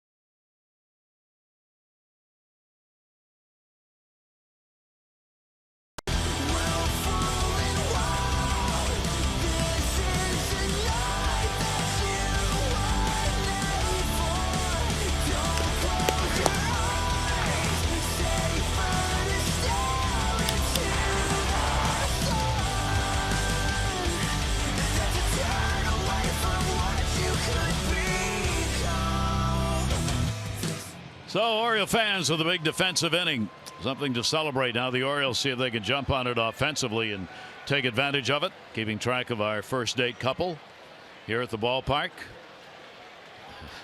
That can't be a first date. Gary, No, that's a no. Getting a little close right there for a first date. Okay. We need to do a little better research, I guess. Here's Joey Rickard. Double and an RBI, 2 fine defensive plays made. Reyes' delivery to him will be taken away, and a 1-ball, 1-strike count. So Chris Tillman gives up 2 runs, 7 hits over 5. It ends a streak of 9 consecutive starts where he had given up 3 runs or more. And hopefully for the Orioles, a turning point for Chris the rest of the way. Castro coming on to make sure those numbers stayed that way with that double play and then a strikeout. Yeah, pretty emotional inning right there for the Orioles. Nice to get that offense in here. That one to left field. That's back at the wall, and that's gone. Goodbye, home run.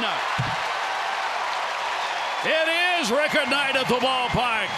It is tied at 2-2.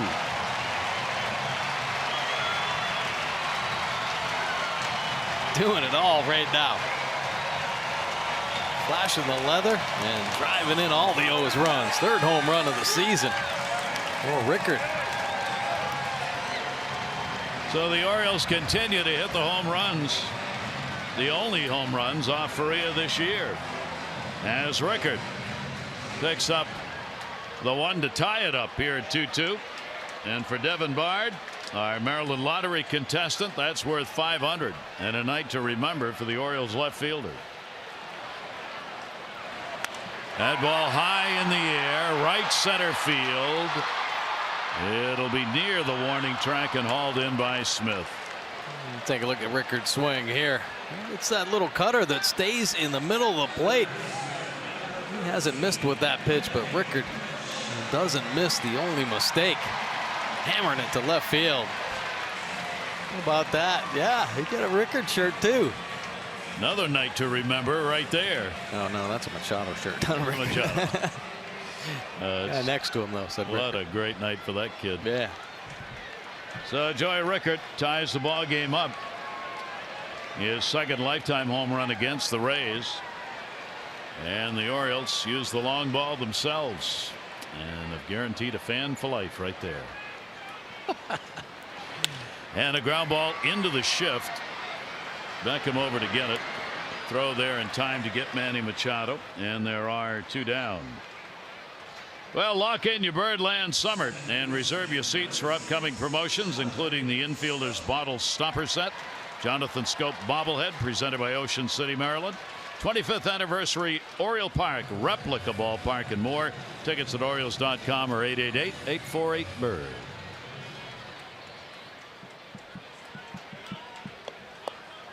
Friends forever.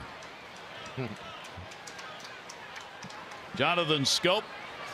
He has grounded out and struck out.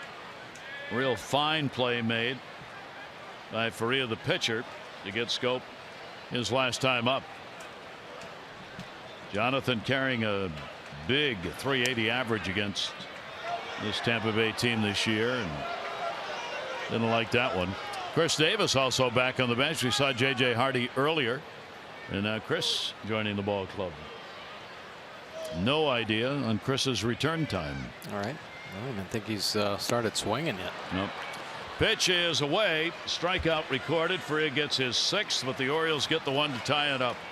So here in the 6th inning, it is all about Joey Rickard, who delivers the home run to make it a 2-2 ball game.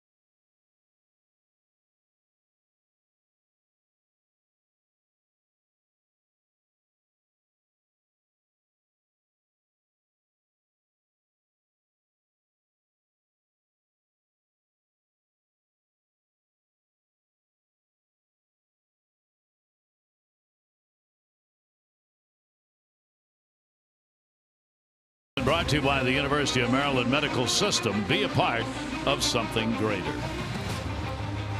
So this outstanding ball game continues here in the opener, the 3-game set against Tampa Bay. Joey Rickard has had 2 RBIs, the double, the home run, 2 great plays in the outfield. He's made it happen for the Orioles here tonight, and a 2-2 ball game goes to the 7th inning. Veteran Trevor Plouffe. And a ground ball that'll go to short. Long throw. Scooped at first base by Mancini. And Tejada at short gets a little help on the corner.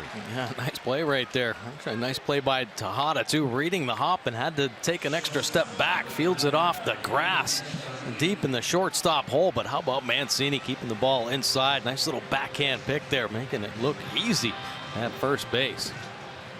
So get that leadoff batter out here in the 7th with that combination. Castro, one down. Echeverria has had 2 singles in the ball game, his first multi-hit game with Tampa Bay, and he will take the pitch for a strike. Oriole bullpen will stay active. Blair's been up and throwing.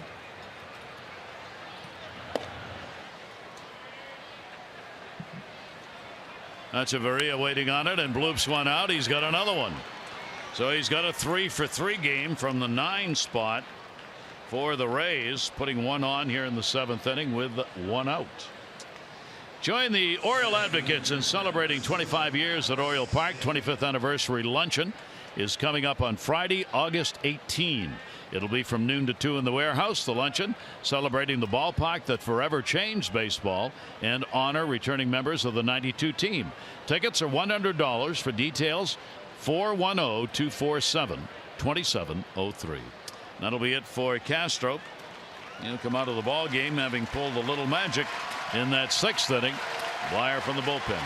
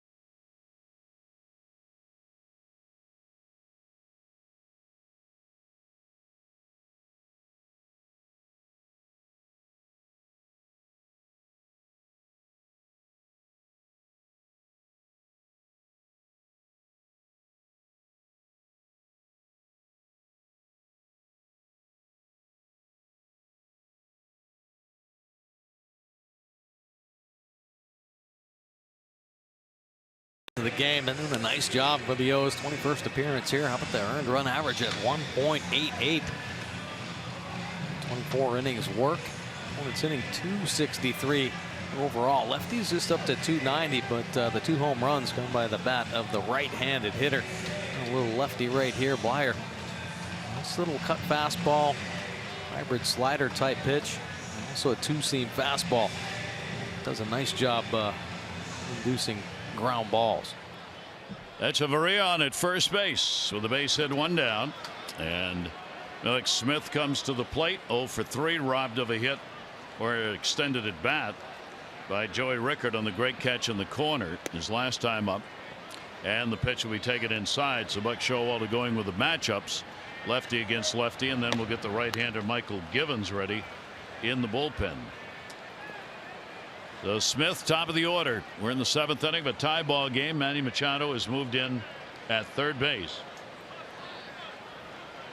Throw over, a little low, handled. Yeah. Just that one-way lead again. Well off. A 12-foot lead over there, and he's waiting to see what the lefty has to offer. Smith has gone 8 for 19 against left-handers this year. Not a lot of chances, a lot of hits. 1-0 delivery to him. Breaking ball will catch the outside corner for a strike. The Castro an inning and a third, a hit, a strikeout, and some magic in the 6th inning. Now Blair is going to try and continue that out of the bullpen for the Orioles.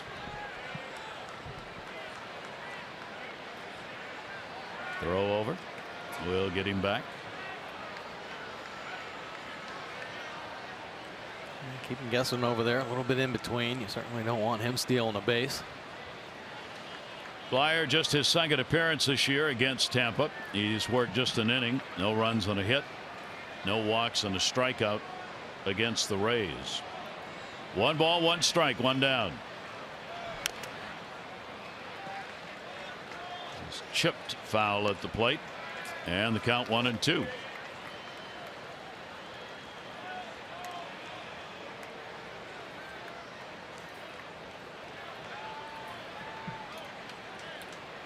That's the good news. Manny Machado can now back up with the 2 strikes, but it's a little tough with the good speed. The first and at home. And the left-hander Dickerson waiting on deck. 1-2 delivery, fouled off. This is why managers at times will try and spread those lefty righties apart in a lineup. Orioles get a little bit of an advantage here because you have Smith and Dickerson, 2 lefties at the top of the order. So you can bring a Blyer into the ball game and let him work to 2 hitters. Yeah. And hold Givens out if you so desire.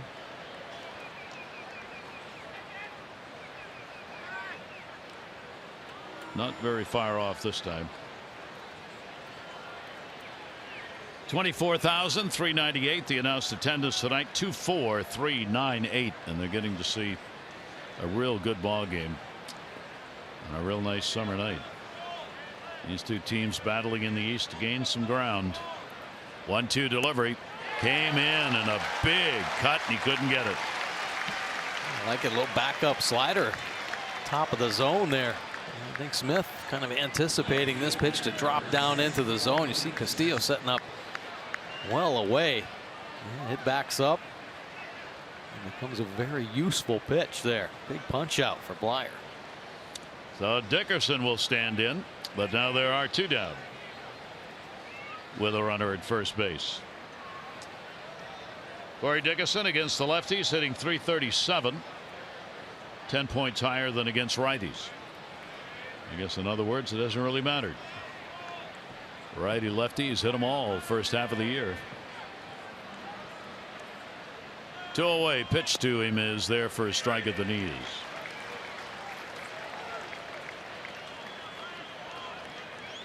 Lefty on lefty, the good lefty hitters, man, they do a nice job keeping that front side in.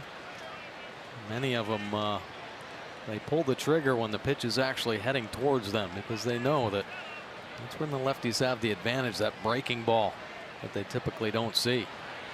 0-1 delivery is fouled away. So Blyer gets ahead of him. 0-2. Hunting that inner third. Aggressive swing. Dickerson trying to do some damage there.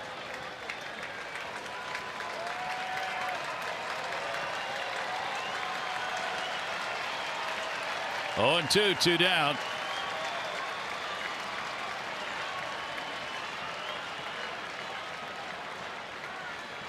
Dickerson denied a base hit again by Joey Rickard. 5th inning. Tried to catch the outside corner away. And Blyer takes it to a ball and 2 strikes. 2-run homer. Ramos got it in the 2nd inning. Tampa Bay had the 2-0 lead. Unearned run in the 3rd. Double by Rickard. 2-1. Joey's home run in the 6th has tied it at 2-2. 1-2 delivery. And came back in and gets him at 80 miles an hour. So Blyer, a couple of strikeouts, gets the left-handers. It stays 2-2.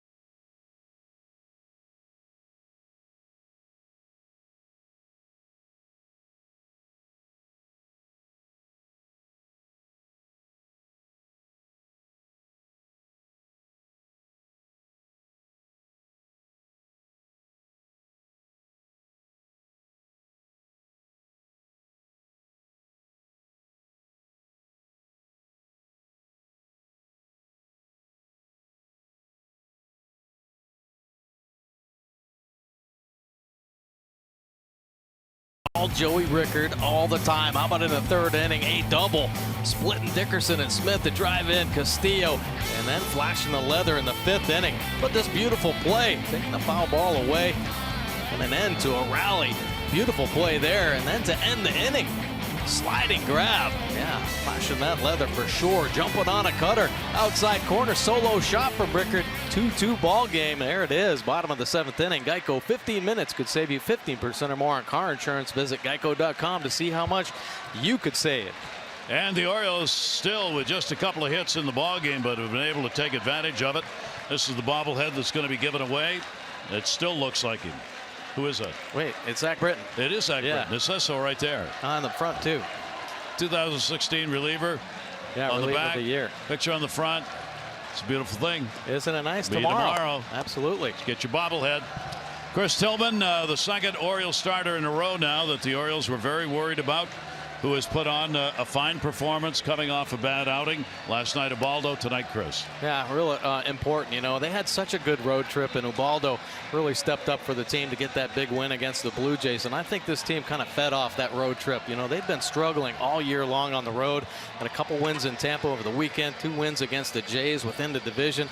Come back here, and Tillman stepped up. It was a nice ball game. He didn't get as deep as he wanted, but he was locating much better, had command of his pitches, and gave his offense a little chance, hoping they can come back here in the end. Yeah, I think fair to say for Chris, it's a matter of some steps now. I mean, I know he's a veteran pitcher and everything, but where he was, he's going to take a couple of starts probably to get back to where he wants to be. Yeah, it sure is. You mentioned it, him actually admitting to have to slow down a little bit. So he'll find that, and then he'll start raising the bar, get back into his regular self. But you can tell he's on his way, slowly but surely. So the ball game goes to the bottom of the seventh inning as the fans settle in after the stretch. And the Orioles looking for a lead with the middle of the order up. Adam Jones leading it off, and that one got Ramos. Jones trying to go bridge right there. A foul ball catching Ramos on the side of the neck.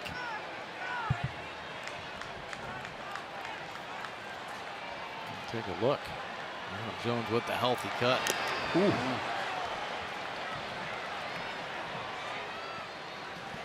So Ramos given a moment, just his 4th game back behind the plate. Coming off the DL, signals over to Kevin Cash. You see he's all right. Kevin Cash knows. A big league catcher himself. Adam is grounded out, flied out. Joey Rickard, the only hits, a double and a home run for the Orioles, both for RBIs. And the pitch taken for a strike. Reyes gone the distance. Former Oriole Tommy Hunter in the bullpen. Reyes not walked anybody. He has struck out 6. 0-2. Adam, a towering pop-up headed to the seats. And no play. Continuing to mix up his pitches. Been impressive through this ball game.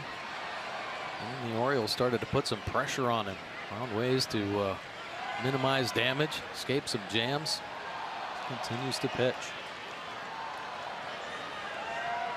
Fria's been able to get deep into the ball games, going at least 6 in his first 4 major league starts. Adding another here. Down the line, right field, headed to the corner, and that is a fair ball. Adam Jones at second, taking a look. He's going to go to third. Throw gets away. Backed up with a shortstop. It'll be a triple. Adam Jones off the end of the bat. Souza had trouble in that right field corner. Man, you talk about the leadership. We talked about him in the beginning of the ball game. Finding ways. How about this pitch? Up and away heater, but he stays short to it. Yeah, just make some contact. Good things are going to happen. Down that right field line, and it is trouble down there. Gets hung up at the garage door. Sousa a little bit of a bobble, but take a look at the way Adam Jones is running the bases. Hustling out of the box. He knows there's going to be trouble. Wait a second. There it is. The bobble shifts it into high gear. Yeah, triple to start this inning off. So the Orioles get the potential go-ahead on with nobody out. It forces the infield in. And here is Mark Trumbo with nobody out. And he'll take the pitch inside. It'll be a double and an error, so they're not going to give him a triple. A double and an error on the throw by Souza, I guess. Putting the runner at third base. Infield in and in a shift. Trumbo has struck out and popped out. Right-hander's delivery over the top. As Mark just trying to put this ball in place somewhere. There's a lot of room. Not on the left side in the infield, but on the right side, and that outfield gets really big when you draw the infield in. Yeah, I'm not going to be able to do it with a pitch like that. The nasty split finger on the bottom of the zone. Get him elevated. 1 ball, 1 strike count. Reyes delivery. Uppercut on it. Couldn't get it. 1-2. Trumbo a little frustrated right now in the box. A lot of head shaking. Set initially a couple calls that are questionable. Right there, upset that let the fastball get by him. Adam Jones at third. Orioles have only had a couple chances here in the ball game. 0 for 2. Runners in scoring position tonight.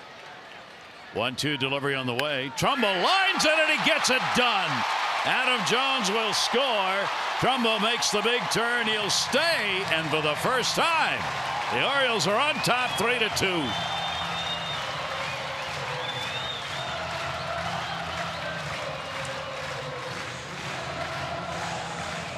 And our Lexus of Towson drive of the game. Yeah, how about Mark Trumbo busting the tie, finally getting a pitch up over the belt. Watch him stay on top and spank this ball in the left field. Picking up an RBI. Adam Jones getting this inning going. Lexus of Towson, the area's #1 volume Lexus dealer, 7 straight years. Come see why at lexusoftowson.com. And the Orioles have the lead on just 4 hits. It will be fouled away.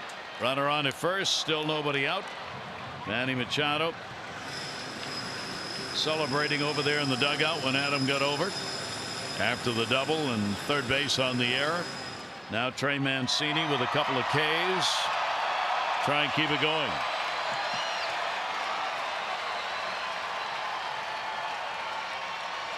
Oh, delivery on the way, staying inside to him.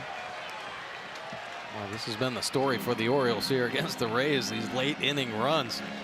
The 7th inning on, they have some serious damage. 1 ball, 1 strike count. Trumbo off first base, and that'll go towards short. Echeverria 1 over to first, takes care of it himself. So the double play will clear the bases. The Hyundai Better Than Ever sales event with the best total savings on select models in Hyundai's history. It's going on now at your Hyundai dealer. Kevin Cash on his way out will make the change right here. So his young right-hander is going to leave. Former Oriole Tommy Hunter will come on. Orioles up by 1.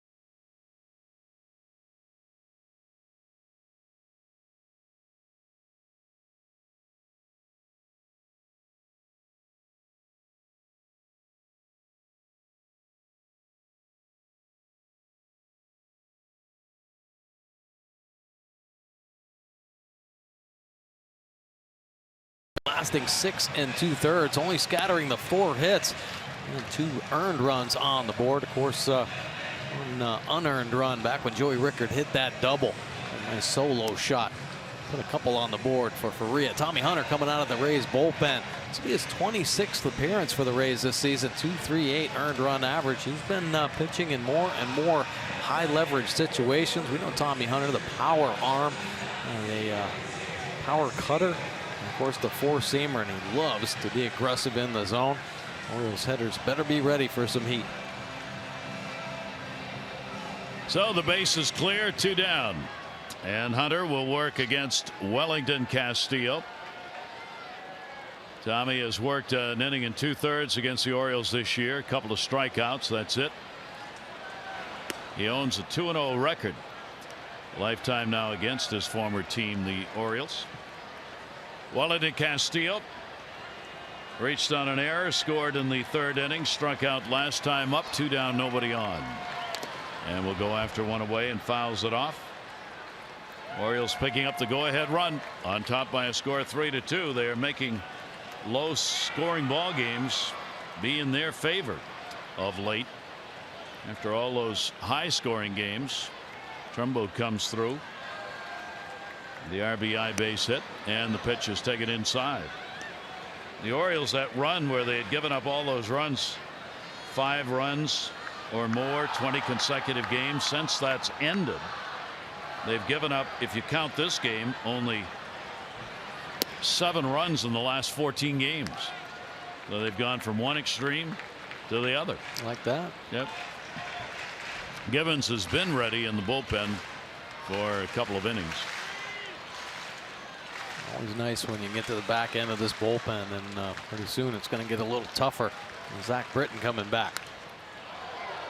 Castillo going after one he wanted. Discouraged he didn't get it.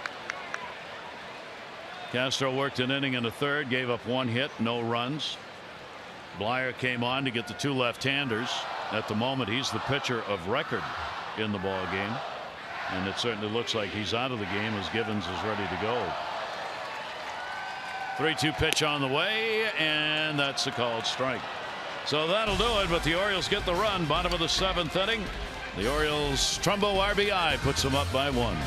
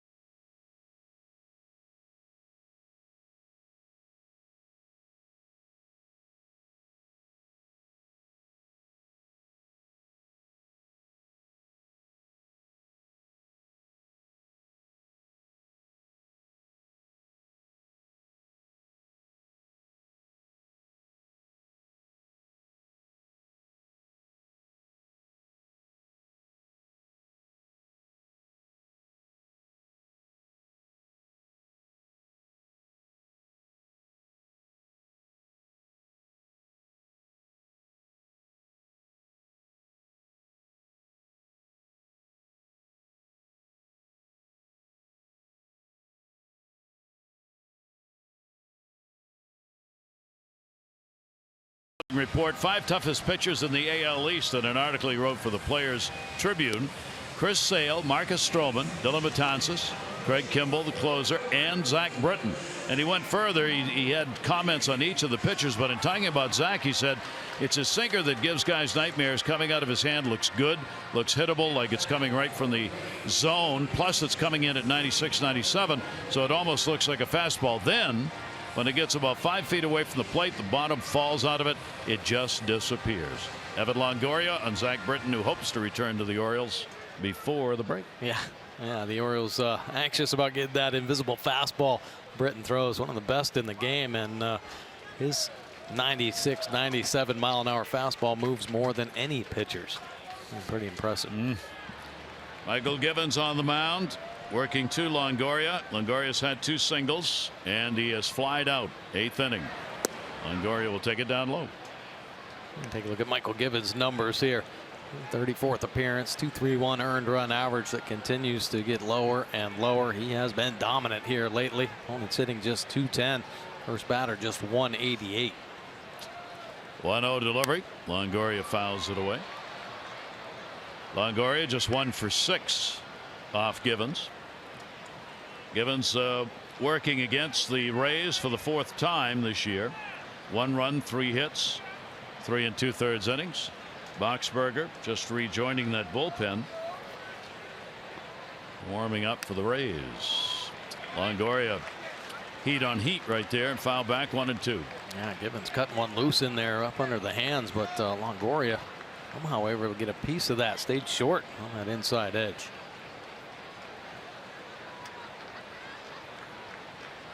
First of a very short 3-game homestand. 4 o'clock tomorrow, 1:30 on Sunday.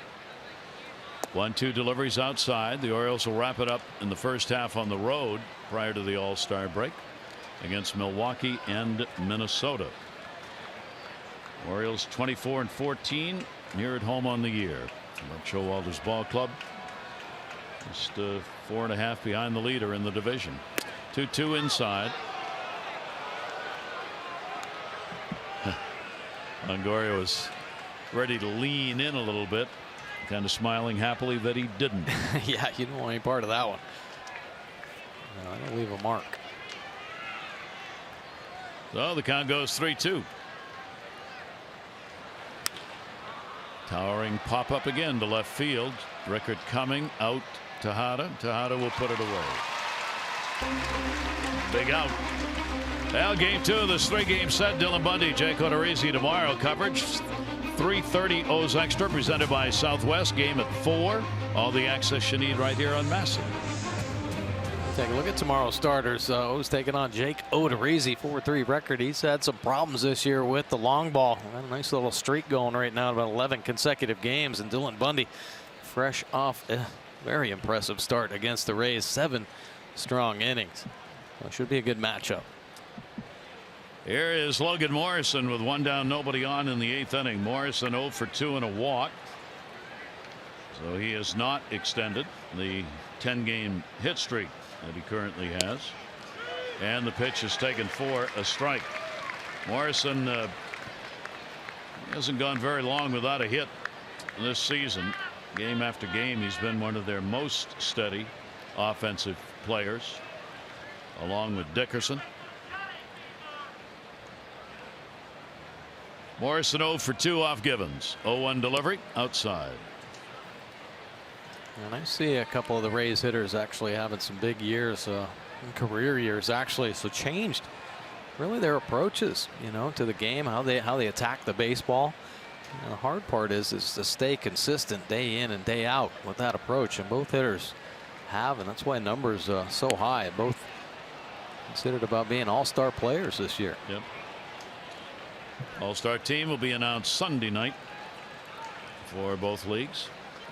2-ball, 1 strike count with 1 away. He's a dangerous hitter. He's a home run hitter. You're trying to stay away from the power. Orioles have the shift on in the infield, straightaway outfield. 2-1 delivery on the way. Not to get the call. 3-1. Hey, good try though. Hey, perfect location. You do not want to leave mistakes on the plate. Working away consistently, and just off that outside corner. Good eyes from Morrison. Of course, Givens wants that pitch. Castillo holding it a little longer. Yeah. He wanted it too.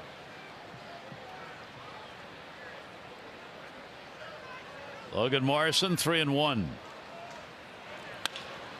In the air to right field. Near the warning track. Smith there to put it away. 2 down. This copyrighted telecast presented by authority of the Orioles may not be reproduced or retransmitted in any form and the accounts and descriptions of this game may not be disseminated without the express written consent of the Orioles. Hi, Adam. We've been delighted to follow our couple on a very pleasant evening here, enjoying a date at the ballpark. The young man who caught the home run ball. I was going to say having a better evening, but that's up to the individuals involved. I can't decide that. There are 2 down, and here is Souza Jr. Single. He scored ahead of Ramos on the home run in the 2nd inning. Also a strikeout victim. Steven Souza Jr. 2 down, nobody on. He'll look to go for the downs here in the ballpark where he's done well. 370 career average at Camden Yards with 3 home runs. All 3 of the home runs he's hit against the Orioles have been here in his career. Pitch away, 1 ball, 1 strike. Another borderline pitch right there. Good fastball. Gibbons is cutting it loose right now. 98, 99 miles an hour. The first pitch slider was 91. Down and away. Feeling good. Michael Gibbons, 1-1 delivery.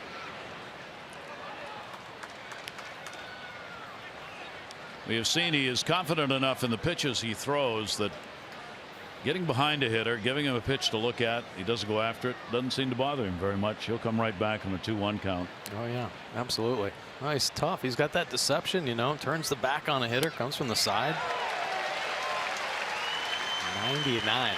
Well, good luck, because you just don't pick it up soon enough. You know, it's one thing if the guy's got a traditional release point up over the top, but come from the side, there's that split second. And Gibbons at the advantage with the high velocity.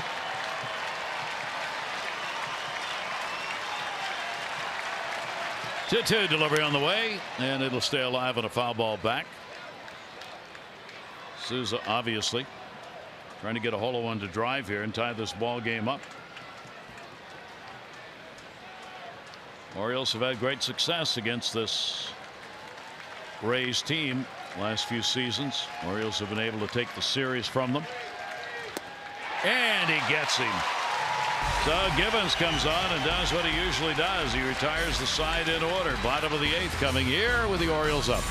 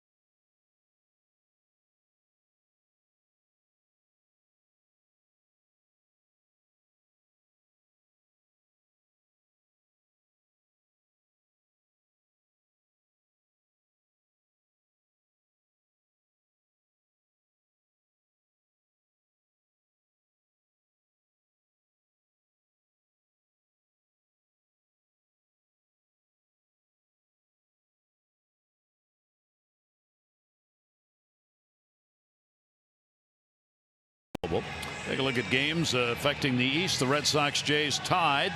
7th inning. Smoke had the home run that put him up early, his 22nd. Red Sox 3 for 12 with runners in scoring position. They've had chances. Astros lead the Yankees 3-1 5th inning. McCullers 5 innings, a run on 5 hits. Yankees had a 3-hour game that started at 10 o'clock in Chicago last night, then made their way to Houston for a big matchup. A couple of teams on top in their division. Take a look at Brad Boxberger. He has had a tough year. He's been hurt most of the year. Disabled list. And a lat strain, and a forearm strain. The numbers at .481 earned run average. fresh off the disabled list. Good fastball, 90 to 96 miles an hour. You see the 200 first batter batting average, but he's got the that turbo change, nasty changeup, good arm speed, some serious movement at the end. Right when it gets to the plate, just disappears. That was his bread and butter pitch a couple of years ago, but injuries have seriously set him back last 2 seasons. 29-year-old veteran who last year appeared in only 27 games. Year before that, he was in 69 games in 2015 with a 4-10 record and 41 saves. Wow. So Tejada will face him in his debut, coming off the DL for the 17 season. Tejada's flied out to center field twice. Joey Rickert, then Smith due up, and the pitch up high from Boxberger. Closer for the Orioles, Brad Brock. Faria, 3 runs, 2 earned, 4 hits, 6 2/3 innings. Tommy Hunter worked a third of an inning, got a strikeout. Now Boxberger. Pitcher of record is the starter. Faria for Tampa Bay. The Orioles, Blyer, who worked 2/3 of an inning, striking out 2, right now is the pitcher of record for the O's. Yeah, beautiful slow curveball, big punch out. I want the bullpen stepping up again. Castro. And his best Houdini, bases loaded, no outs. Are you kidding me? Double play ball. Hey, look at how important they've been. The Orioles starters are 22 and 31. 22 and 31. The pen is 17 and 8 for the Orioles. You compare that to Tampa Bay, and it's the other way around for the Rays. 1-2 fouled. Their starters are 27 and 21, and their bullpen's 14 and 19. Yeah, their bullpen has had some problems. They've blown a bunch of saves. Colome had some problems early on with blown saves. Of course, the injuries have set them back. They've started to make some moves. And the revolving door with the bullpen. 1 ball, 2 strike count. Ruben Tejada waiting on it, and up high for a K. Boy, it is tough. You got to pick one pitch on Boxberger. Sit on that heater and try to hope you get the change, because just too much life. Power fastball up at the top of the zone to get by Tejada after a 80-mile-an-hour changeup at the bottom. Joey Rickert gets great hand. He's just had a tremendous ball game, both at the plate and in the field, providing 2 of the 3 RBIs, a double and a home run. And Boxberger's pitch will be at the knees for a strike. The Orioles truly have taken advantage of every opportunity in this game. Only 4 hits. The only inning where they had more than 1 was the 7th. Foul back. And they're trying to make that stand up. The Orioles 12 and 8 in 1-run ball games. The Rays are 8 and 10. And right now we've got a 1-run ball game going. Trumbo's got the game winner for the moment. Potential game winner. 0-2 delivery. Boxberger will be up high with it. Kind of funny how this game works. Trumbo had been pitched tough all night. Fastballs on the inside corner, questionable calls on the outside corner. He had really 1 pitch to handle, and he didn't miss it. The elevated pitch with Jones at third base. That brought him home in the 7th inning. Adam had doubled, reached third on an error. Trumbo came up, got him in. Next batter, Adam scoring. 2 ball, 2 strike count. And that's a strike in the outside corner. Ooh. All fastballs there. See the good heat. How about the location? 94 miles an hour, just painting the edge.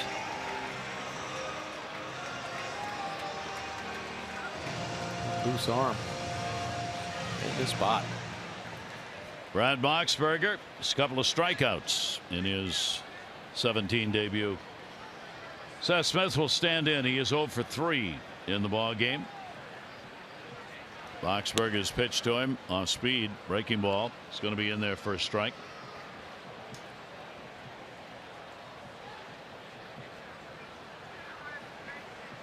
Ramos, Beckham, and Plouffe are due up in the 9th inning for the Rays. Fastball ups it by about 15 miles an hour. Right. That is just by you after the changeup. A switch in the shift in the infield. 0-2. And heat upstairs. Strikes the side out. Pretty good debut for Boxberger. Brad Brach will try and hold it. 1-run game, 9th inning coming up.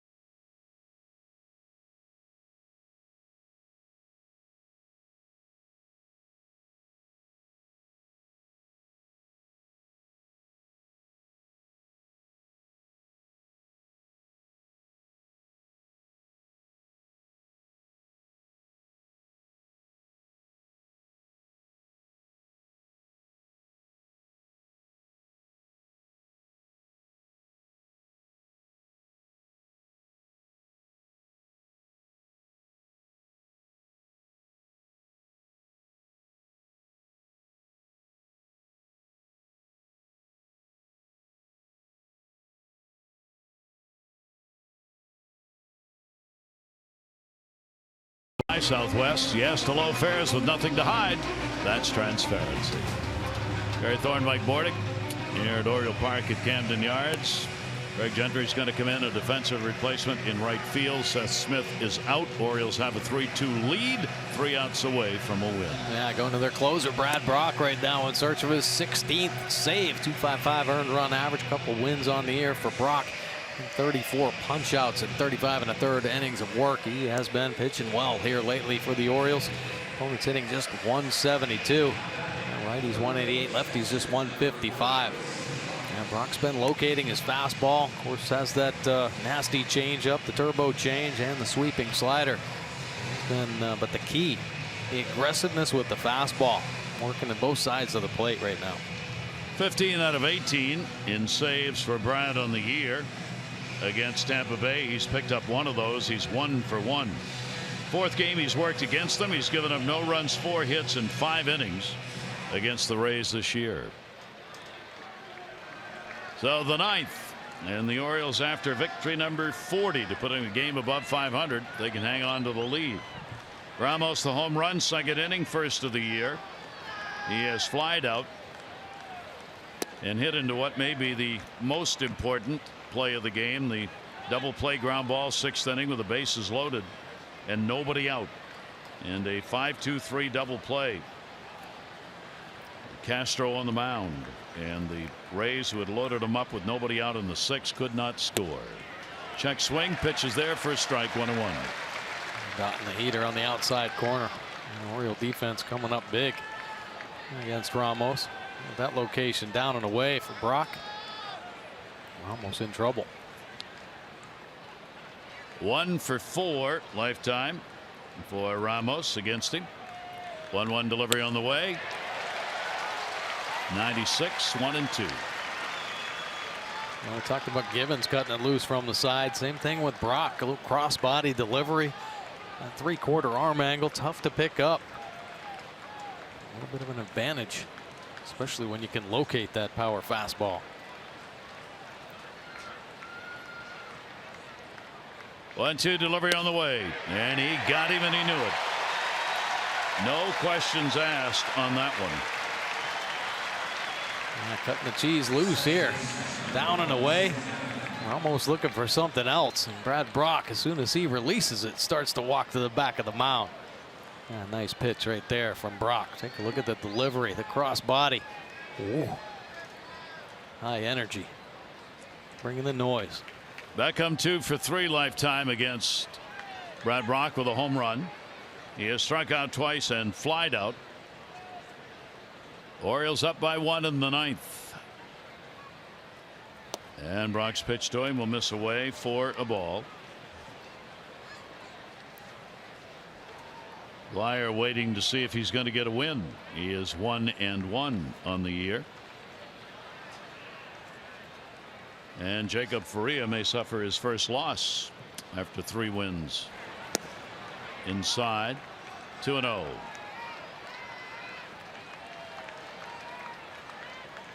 Tim Beckham with Plouffe waiting on deck.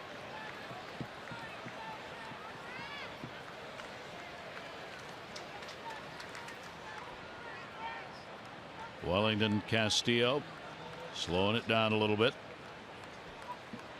Waiting to give the sign. 2-0 delivery. Gets back into the count there with a good fastball. Down across the knees.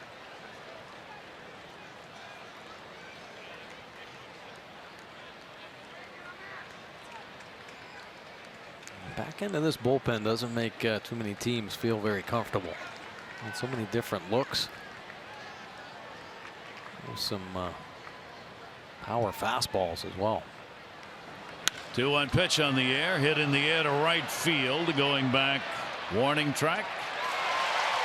Gentry, who just came in, puts it away. Our PNC minor league report. PNC for the achiever in you. How about Zach Britton? Yeah, he's on a rehab assignment tonight in Frederick. 1 inning pitched and a punch out. 11 pitches, 7 of them for strikes. Zach Britton getting close. Better be close. Yeah, bobblehead day tomorrow. That's right. So 1 more round needed for the Orioles to put it away. Peterson will be the pinch hitter.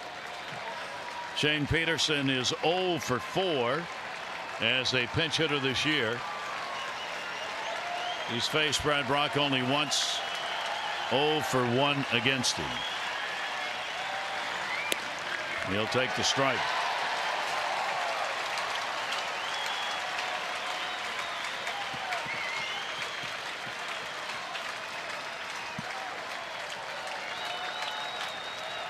One delivery on the way, and that'll miss a little bit outside.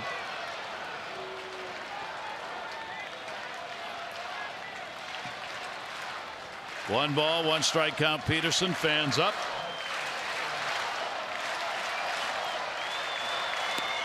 Two balls, 1 strike.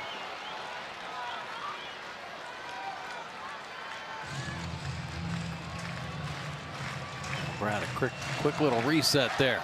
Back to get the rosin bag, take a deep breath, get back in the zone. 2-1 delivery on the way to him, and a swing and a miss. Maybe foul tip. 2 balls, 2 strikes to Peterson, the pinch hitter. Orioles try to end the month of June 13-15 if they can get the win.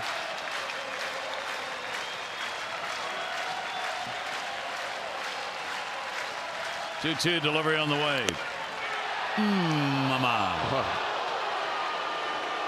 How do you take it? Maybe had to. 97 miles an hour here. Just tailed enough away at the end. 3 balls, 2 strikes, 2 down. Brock's delivery to him, and that's the ball game. No, he fouled it off. Hang on. A 3-2 changeup right there from Brad Brock.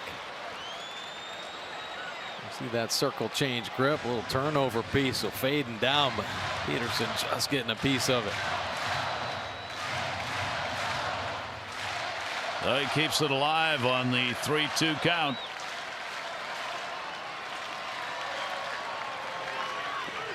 And walked him. So we go on.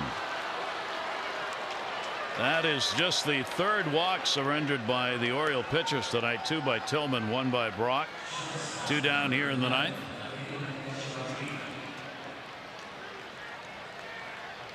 And that'll bring up Echeverria, the number 9 hitter, who has had a solid night, 3 for 3 with 3 singles in the ball game.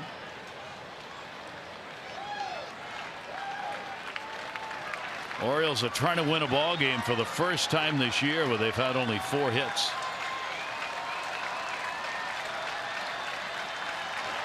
Brock's pitch to him, sailing away. Strike 1. Wow. Nasty slider. Echeverria selling out on a Brock fastball there.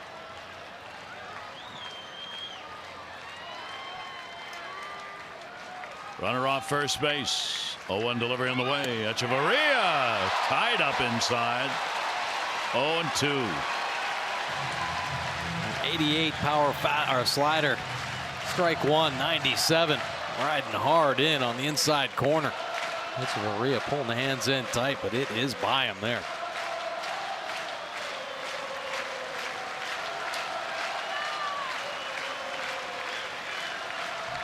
And the 0-2 delivery on the way.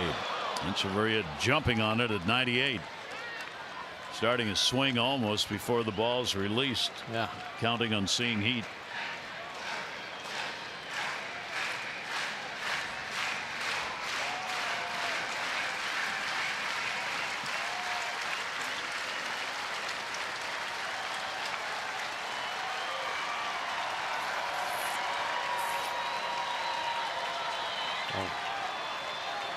And a balk call will move the runner to second base.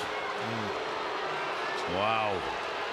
Yeah, I didn't think they saw that one. And Brock's pitching hand move while it was on the rubber. You see that little move right there. Everybody behind him saw it, but nobody at the plate did. So Castillo will go out to settle him down.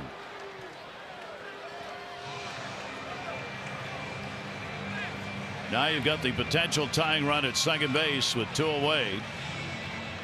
And a 2-strike count on Echeverria, and we're gonna get a pinch runner as Borges is going to come out. Either Borges will run at second base.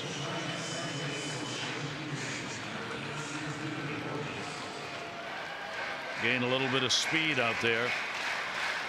Peterson got the walk. Advanced on the block. Borges now at second. 0-2 count.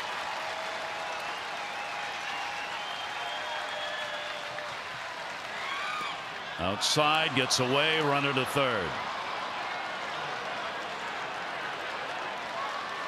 Oh, just like that. Also pretty interesting here at the end of this game. Wild pitch charged. Slider. Just getting away from Castillo. Second wild pitch charge to Brad Brock this year. No play at third. Looked real simple a couple of batters ago. Right. 1 ball, 2-strike count. 1 out, 1 strike away. Timeout asked for. Echeverria backs out.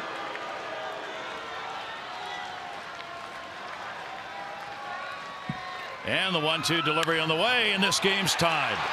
Oh my goodness. Wow. A 4-for-4 ball game. Echeverria delivers an RBI single here in the 9th inning, trailing on the count. Borges, the pinch runner, scores. Look at the location here. Castillo setting up down and away. Fastball leaks back in. You see Castillo's frustration there. Missed across the plate. Giving him a chance, and he did not miss it. What a game. Ties his career high, 4 hits in a ball game, all singles. But that one ties the game up with 2 out in the 9th inning. And the 4th blown save for Brad Brock. They now still got to get the side out here in the 9th. Smith stands in. He will take the pitch for a strike. Top of the order. He's had a base hit, 1 for 4. Donnie Hart now will get ready in the bullpen. 0-1. And Smith on a foul tip of the plate. And the count goes to 0-2. So the Orioles, who had set it up in the 7th inning, and the RBI single by Trumbo, got on top for the first time 3-2. See it disappear here in the top of the 9th inning, but still have the home field advantage. And Machado, Scope, and Jones due up in the bottom of the 9th inning. Yeah. Runner goes 0-2. Swung on a miss, struck him out. So that'll do it here in the inning, but they do pick up a run on one hit, leave one on. Bottom of the 9th, 3-3.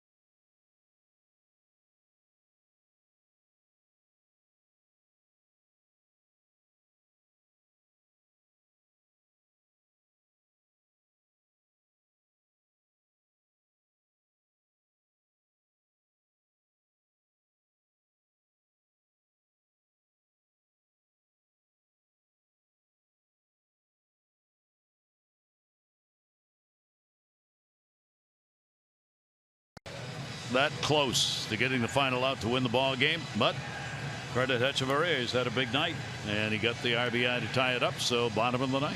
Yeah, he's probably not upset about Echeverria. He's probably upset about walking Peterson. And Jumbo Diaz now into the ball game, 28th appearance. There's that earned run average, 5.40. Had some problems. The Orioles got to him down in Tampa. Another opportunity here for the O's. Good fastball slider combination. See the opponent's hitting .276. Giving up 3 home runs. Got some power here coming up too. Orioles looking to try to make it 4. So the Orioles in that ball game against him scored 4 runs, 5 hits in 2 innings that he worked in the game in Tampa Bay, and those 5 hits marked a career high, and the 4 runs were the most he'd surrendered since 2015. So he has worked since then. He worked against the Pirates a couple days ago, worked an inning and gave up nothing. So we go to the bottom of the 9th inning. The Orioles need 1 to put it away. Darren O'Day for the Orioles in the bullpen. Diaz doesn't mind challenging hitters. Fastball slider combination. Really likes the slider, but he'll rush a fastball up there mid to high 90s as well. Brad Boxberger struck the side out in the 8th inning. Third pitcher used out of the bullpen for Tampa Bay tonight. Manny Machado 0 for 3, 0 for his last 15. And will take the pitch on the inside corner for a strike.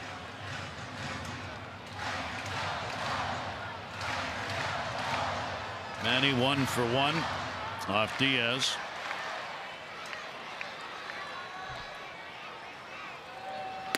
That'll be up. Night for tight games, 4-4 Boston Toronto.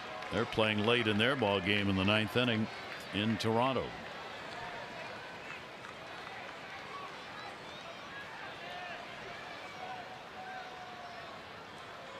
2-0 delivery on the way. Manny after it and fouls it away.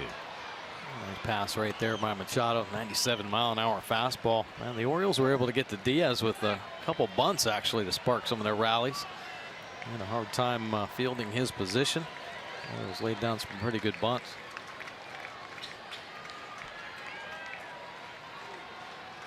2-1 delivery on the way to him. That's going to miss. The Orioles will take a walk here. They could find a way. 3-1 strike count on Machado. Jonathan Scope, the on deck batter. Orioles looking to get one. Anyhow, anyway for a W. Diaz, here's the 2-2. And apparently the count is 3-2. A good take right there from Machado, laying off a couple nasty sliders down and away. Seen him get a little jumpy on that pitch. A couple quiet takes.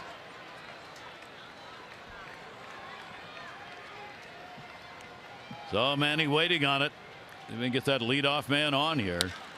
Down the line, right field. Souza. One away, bottom of the ninth. A nice play right there by Souza. Manny didn't quite get that one. He was anticipating it a little bit deeper. Had to readjust his angle. Made a nice play down the right field line.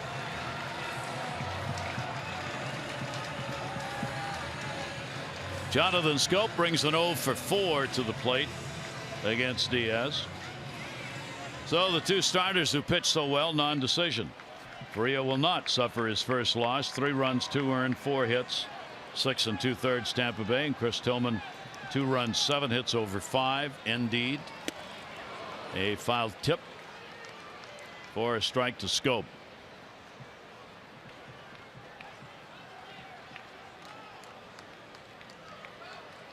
Oriole bullpen having worked 4 innings, giving up 1 run, 2 hits, but enough to tie it up. 97, strike 2. Man, good fastballs there. It's one mistake. That's what you're hoping for here. Defense moves out of the shift. 0-2 pitch on the way. That could be it, but it's turning and foul. Over the top of the height of that foul fair pole and just missed. Wow, nice swing. Slider just getting out in front a little bit. Punishes this baseball. Adam Jones goes, he wanted it fair. Count stays at 2 strikes. Diaz delivers to him. That one popped up first base. Logan Morrison puts it away, and there are 2 down in the 9th inning.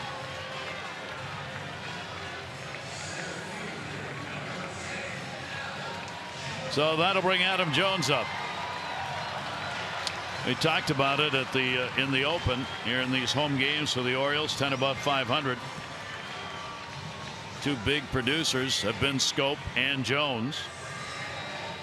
Adam and Scope both have 9 home runs here at home.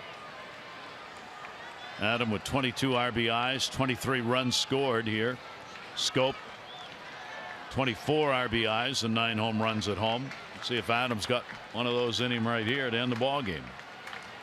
Jones will take the pitch, up and in for a ball.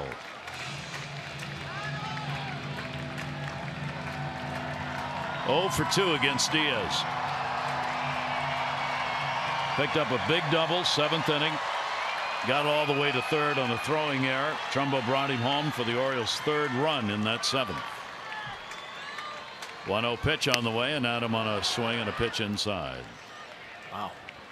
Fastball supposed to be down and away, just taking off hard up and in.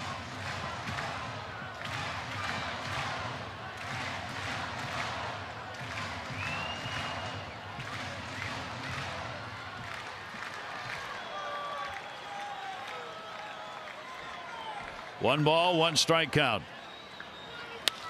Adam in the air to right. Souza. And we will go to the 10th inning. A Friday night with some free baseball for all you great people in the friendliest park around.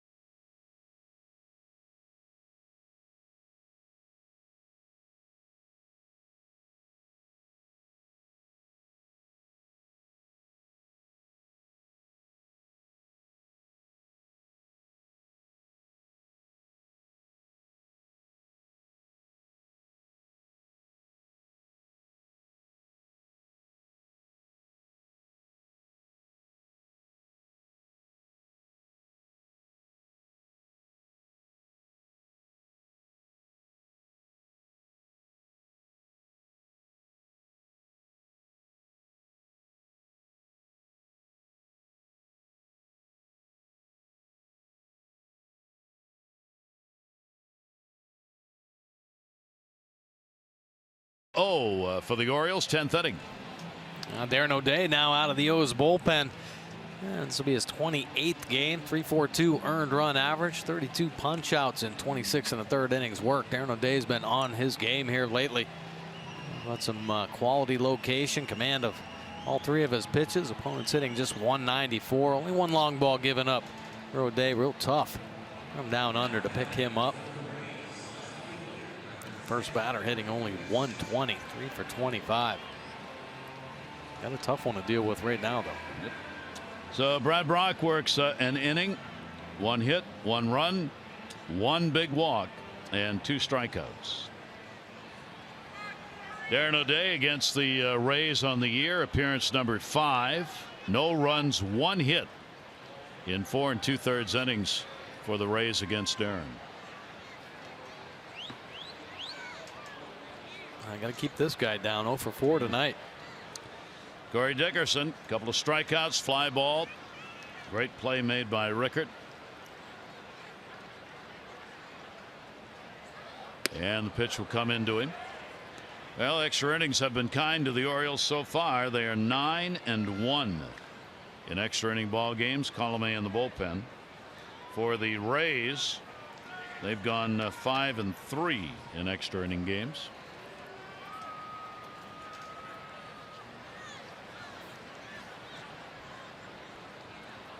O'Day ready on the delivery. He leaned out a little bit but stayed away. So Dickerson gets ahead on the count, 2-0. Dickerson with a 2 for 3, including a home run off Darren O'Day. Darren being careful here. Rushes one up and in. Try to open up that outside corner and just missing with the back door slider. Right again. 2-0 delivery on the way. And that misses away. The Orioles have left 7, Rays rather, have left 7 on base. The Orioles have left 1.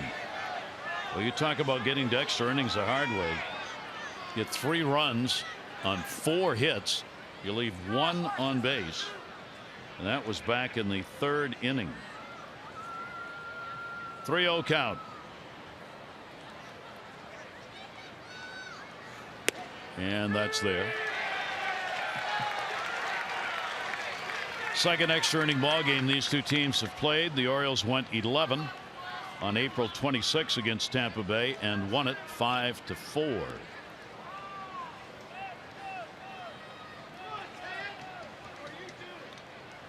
Three ball, 1 strike count. Dickerson, Longoria, Morrison.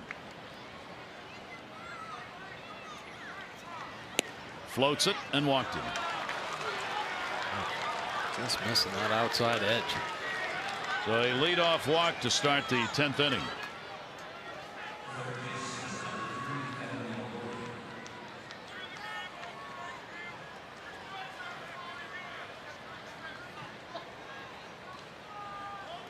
The ever dangerous Evan Longoria. Longoria's had a couple of hits. He has popped out and flied out.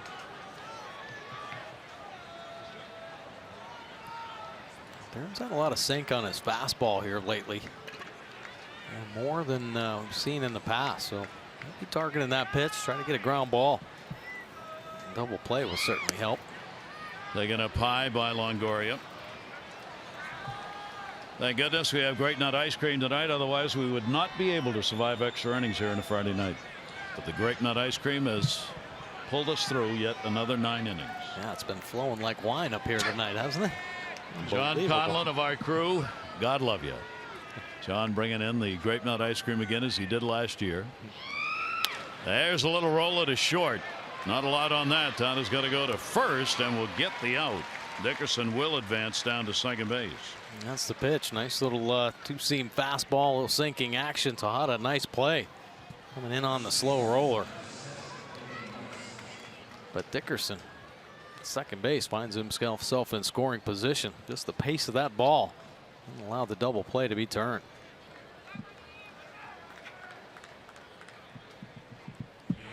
Intentional pass surrendered. We'll put runners at first and second base. Morrison hits the intentional. So runners at first and second with one away.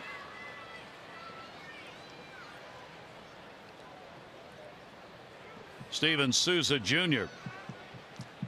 He scored ahead of Ramos on a home run in the second inning. Struck out, walked, and struck out again. Potential go ahead on its second, one away. And again looking for a ground ball double play. Orioles have had a couple big double plays here in the game. Inside, kept riding in on him as he leaned over. Ball one. Sure did. Well, Darren O'Day seems to always have a purpose to his pitches. And Souza Jr. has been pushed back a couple times, trying to open up that outside corner. Be the plan here. He is 1 for 8 off O'Day. Runners off first and second. 1-0 delivery that sweeps in for a strike.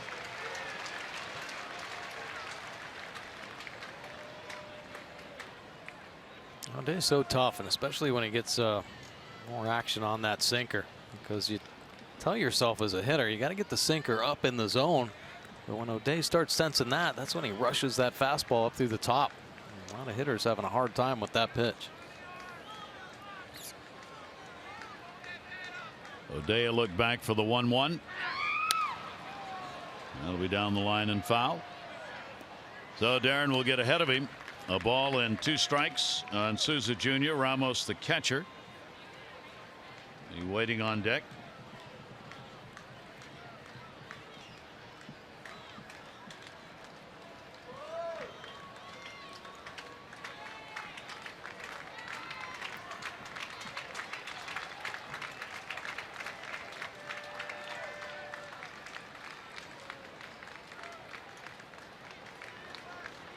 Pretty good lead off second for Dickerson. 1-2 delivery. Ooh, another one of those where he started striding in and then the ball came back in on him. Yeah, a little too far inside there. If that pitch is up and out over the plate, he might get a swing. He wanted to pull the trigger. The ball starts working back in hard. Ends up being a brushback type pitch. Souza on the years had 5 hits against the Orioles, 5 for 27. This is game number 7 between these two. And then goes up and away to him. So a 3-ball 2-strike count from Darren. Dickerson down at second base. Leadoff walk, intentional pass to Morrison. He's on at first.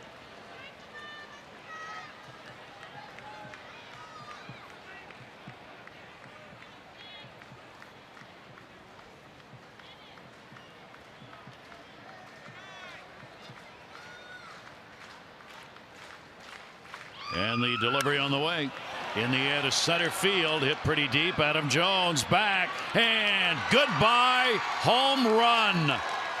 Souza Jr. delivers a 3 RBI homer here in the 10th inning, bringing in the 2 walks ahead of him. And Tampa Bay's got a 6-3 lead. My goodness. Darren O'Day did not throw him 1 slider in that at bat. 3-2 count. He gets it. Unfortunately, O'Day throws it for a strike, stays up and out over. Boy, and he gets to it and hammers it to straightaway center. O'Day knowing. Man. So the Rays, who, as we said, have lived off the long ball, get a very big home run, their 2nd home run of the ball game. Take the lead. Ramos has the other. The 2-run shot, 2nd inning. He's at the plate right now, but Souza's got the one. We'll see whether it stands up as a game winner. Coming off Darren O'Day. 1 down, bases empty, 0-1 count. The Orioles were 1 out and 1 strike away from winning this ball game in the 9th inning. In the air to right. Gentry is there and will make the catch. 2 down. Yeah, tough. A couple mistakes, get hit. Elevated slider there from Darren O'Day. And looking back on Brock, the walk obviously hurt him. Hechavarria. He's just a hit machine tonight. Yep. 4 singles. Yeah, the big walks here in the 9th inning. 2 down. The walk to Peterson. Pinch runner would come on for him and score. Leadoff walk here in the 10th inning to Dickerson, creating the intentional walk to Morrison, and they all come in. And the pitch down low for a ball, so the Orioles will face the uphill task in the bottom half of the inning. The Days got to get him out here in the top of the 10th. Beckham has had an 0 for 4.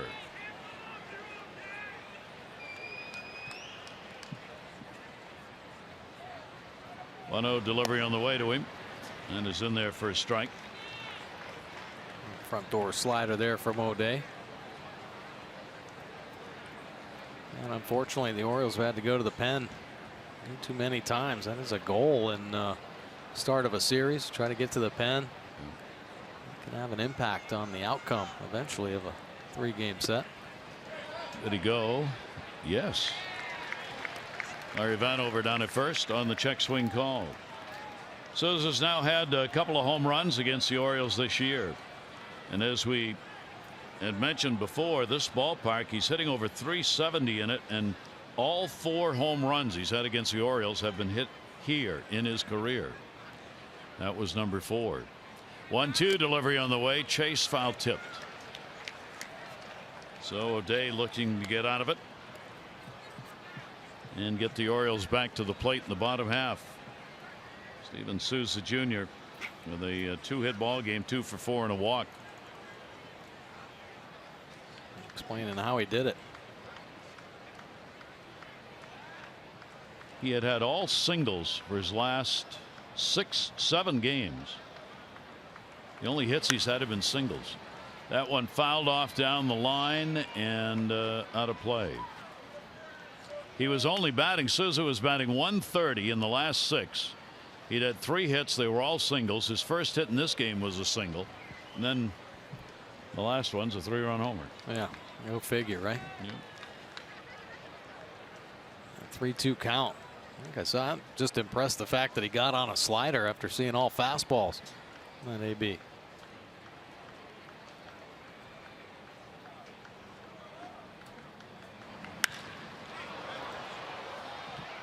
This one is in the yard. Adam Jones is there and will put it away. Beckham is retired.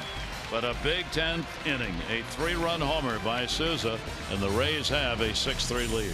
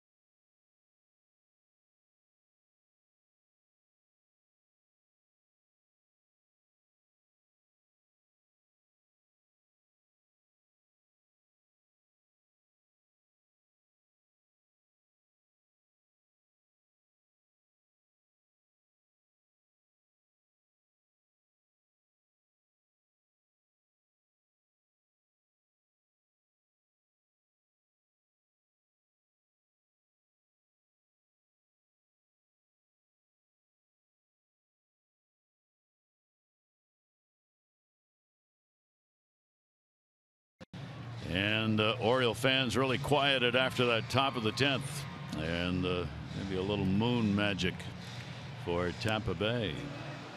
How beautiful is that? Ooh. Wow. Tyler Featherstone's come on to play at second base. And Alex Colomé's come in to try to save this ball game. He's had some problems though lately. Blew a save up in Pittsburgh. His numbers starting to get elevated. The Numbers on the year. Opponents hitting .240, giving up a couple home runs. Colome's confidence has been shaken here recently. His last 3 outings, he's given up 7 hits, 7 earned runs, 4 walks. So Orioles well aware of the struggles. They're going to put some pressure on Colome here. Colome 20 out of 24 in save opportunities. Makes Diaz the potential winning pitcher in the ball game as he worked that 9th inning. Wow, launched that one to right center field, and goodbye home run. Mark Trumbo gets one of them back in a hurry, and now it's a 2-run ball game. Just like that, Trumbo gets a couple pitches that he can handle, and he has not missed them. Elevated fastball, first pitch. Hammers it to right center field. 11th home run of the season. Or Trumbo, is a little bit closer here. Well, both teams putting on a little power display late in the ball game. Mark Trumbo leading off the bottom half of the 10th inning with his 11th. Here's Trey Mancini, and he'll take the pitch for a strike. We'll take a look. Location up and out over. The pitch elevated, and Trumbo knocks the cover off the baseball. Best high ball hitter in the game. 0-1 the count. Down to third and foul. Trumbo had come in 0 for 10 against Colome before that at bat. Takes care of the 0 for in that regard. And Colome, as Mike said, continues to have his problems. He's allowed now runs in 4 straight appearances, giving up now 8 earned runs in those 4 games. That one, though, is going to be an out. Mancini retired. Mancini a tough night tonight. 3 punch outs. 3 pitches here. How about that? A little movement. On the end, 91 miles an hour. Our Maryland lottery contestant, Devin Bard, has had a couple of home runs, each worth $500 each. Hart back up, second time.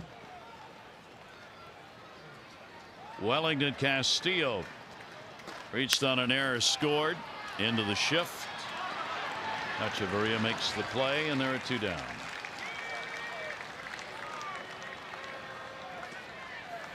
Home run off Darren O'Day, only the second one he's given up this year. The other one was hit by Bryce Harper. And right now it's the difference in the ball game on the home run hit by Souza Jr.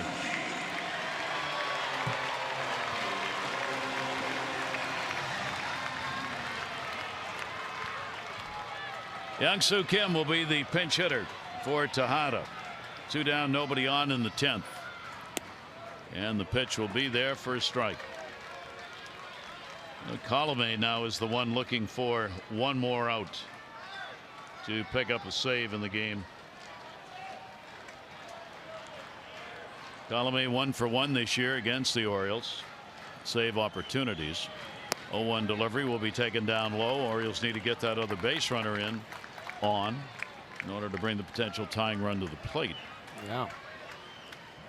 Start thinking about that bunt here to get Joey Rickard up. Got a lot of room out there. Infield way back. 1-1 delivery on the way. Will miss. 2-1. I'll say this. Kim's going to give a good at bat. Going to work the pitcher. Shoot the ball all over the place. Infield playing straight up. 11 walks this year for Kim.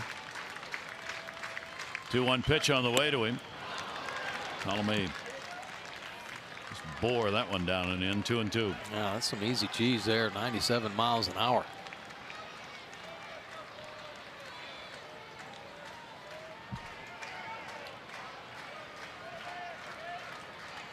Orioles, if they can't come back here, going to drop below 500 by a game.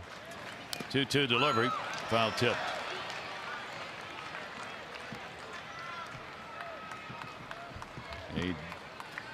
Just a disappointing night for the Orioles. It looked like they made the big comeback. Tried to do it on just 4 hits. 2 down. Darren couldn't get that Ball by Souza, and we'll see if it stands up here. 2-2 delivery on the way. Great eye takes it to 3-2. Yeah, good take. Yeah, it's been an emotional game. I mean, a lot of big plays, big innings, turnaround of emotions. Castro coming in with the bases loaded, no outs. Rickard making those plays. Limited hits, but timely hits. Obviously, Joey Rickard, Trumbo coming up big. 3 balls, 2 strikes. The delivery is fouled back. Kim keeps it alive. Yeah, so a tough game emotionally if they can't come back.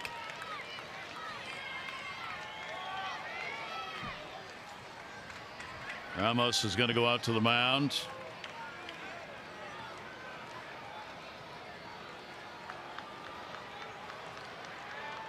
Just to give Colomé a little rest for what they would like to be a final pitch. Trumbo bringing them within 2 with the 11th home run, leading off the 10th. Another multi-hit game for Trumbo. 2 for 4, 2 RBIs. 3 ball, 2 strike count. Here's Colomé's delivery.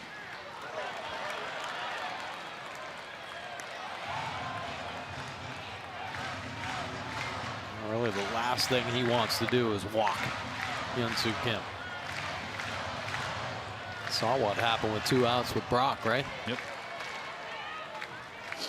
Ricketts already had 2 RBIs, including a home run, waiting on deck. Kim, that's a ball game. So Colomé gets it done. It'll make a winner of Diaz 1-3. O'Day will take the loss 1-2. Colomé will pick up the save and a big comeback win as the Rays win it 6-4 in extra innings. So they'll be right back at it tomorrow. Game 2. Dylan Bundy, Jake Odorizzi. Our coverage on MASN will start at 3:30. O's Extra presented by Southwest with a game at 4. This has been a MASN presentation. Tom and Rick, a look back. So close, but so far. For Mike Bordig and all of our crew, I'm Gary Thorne. Thanks, everybody. The final here, Rays win it 6-4 in extra innings.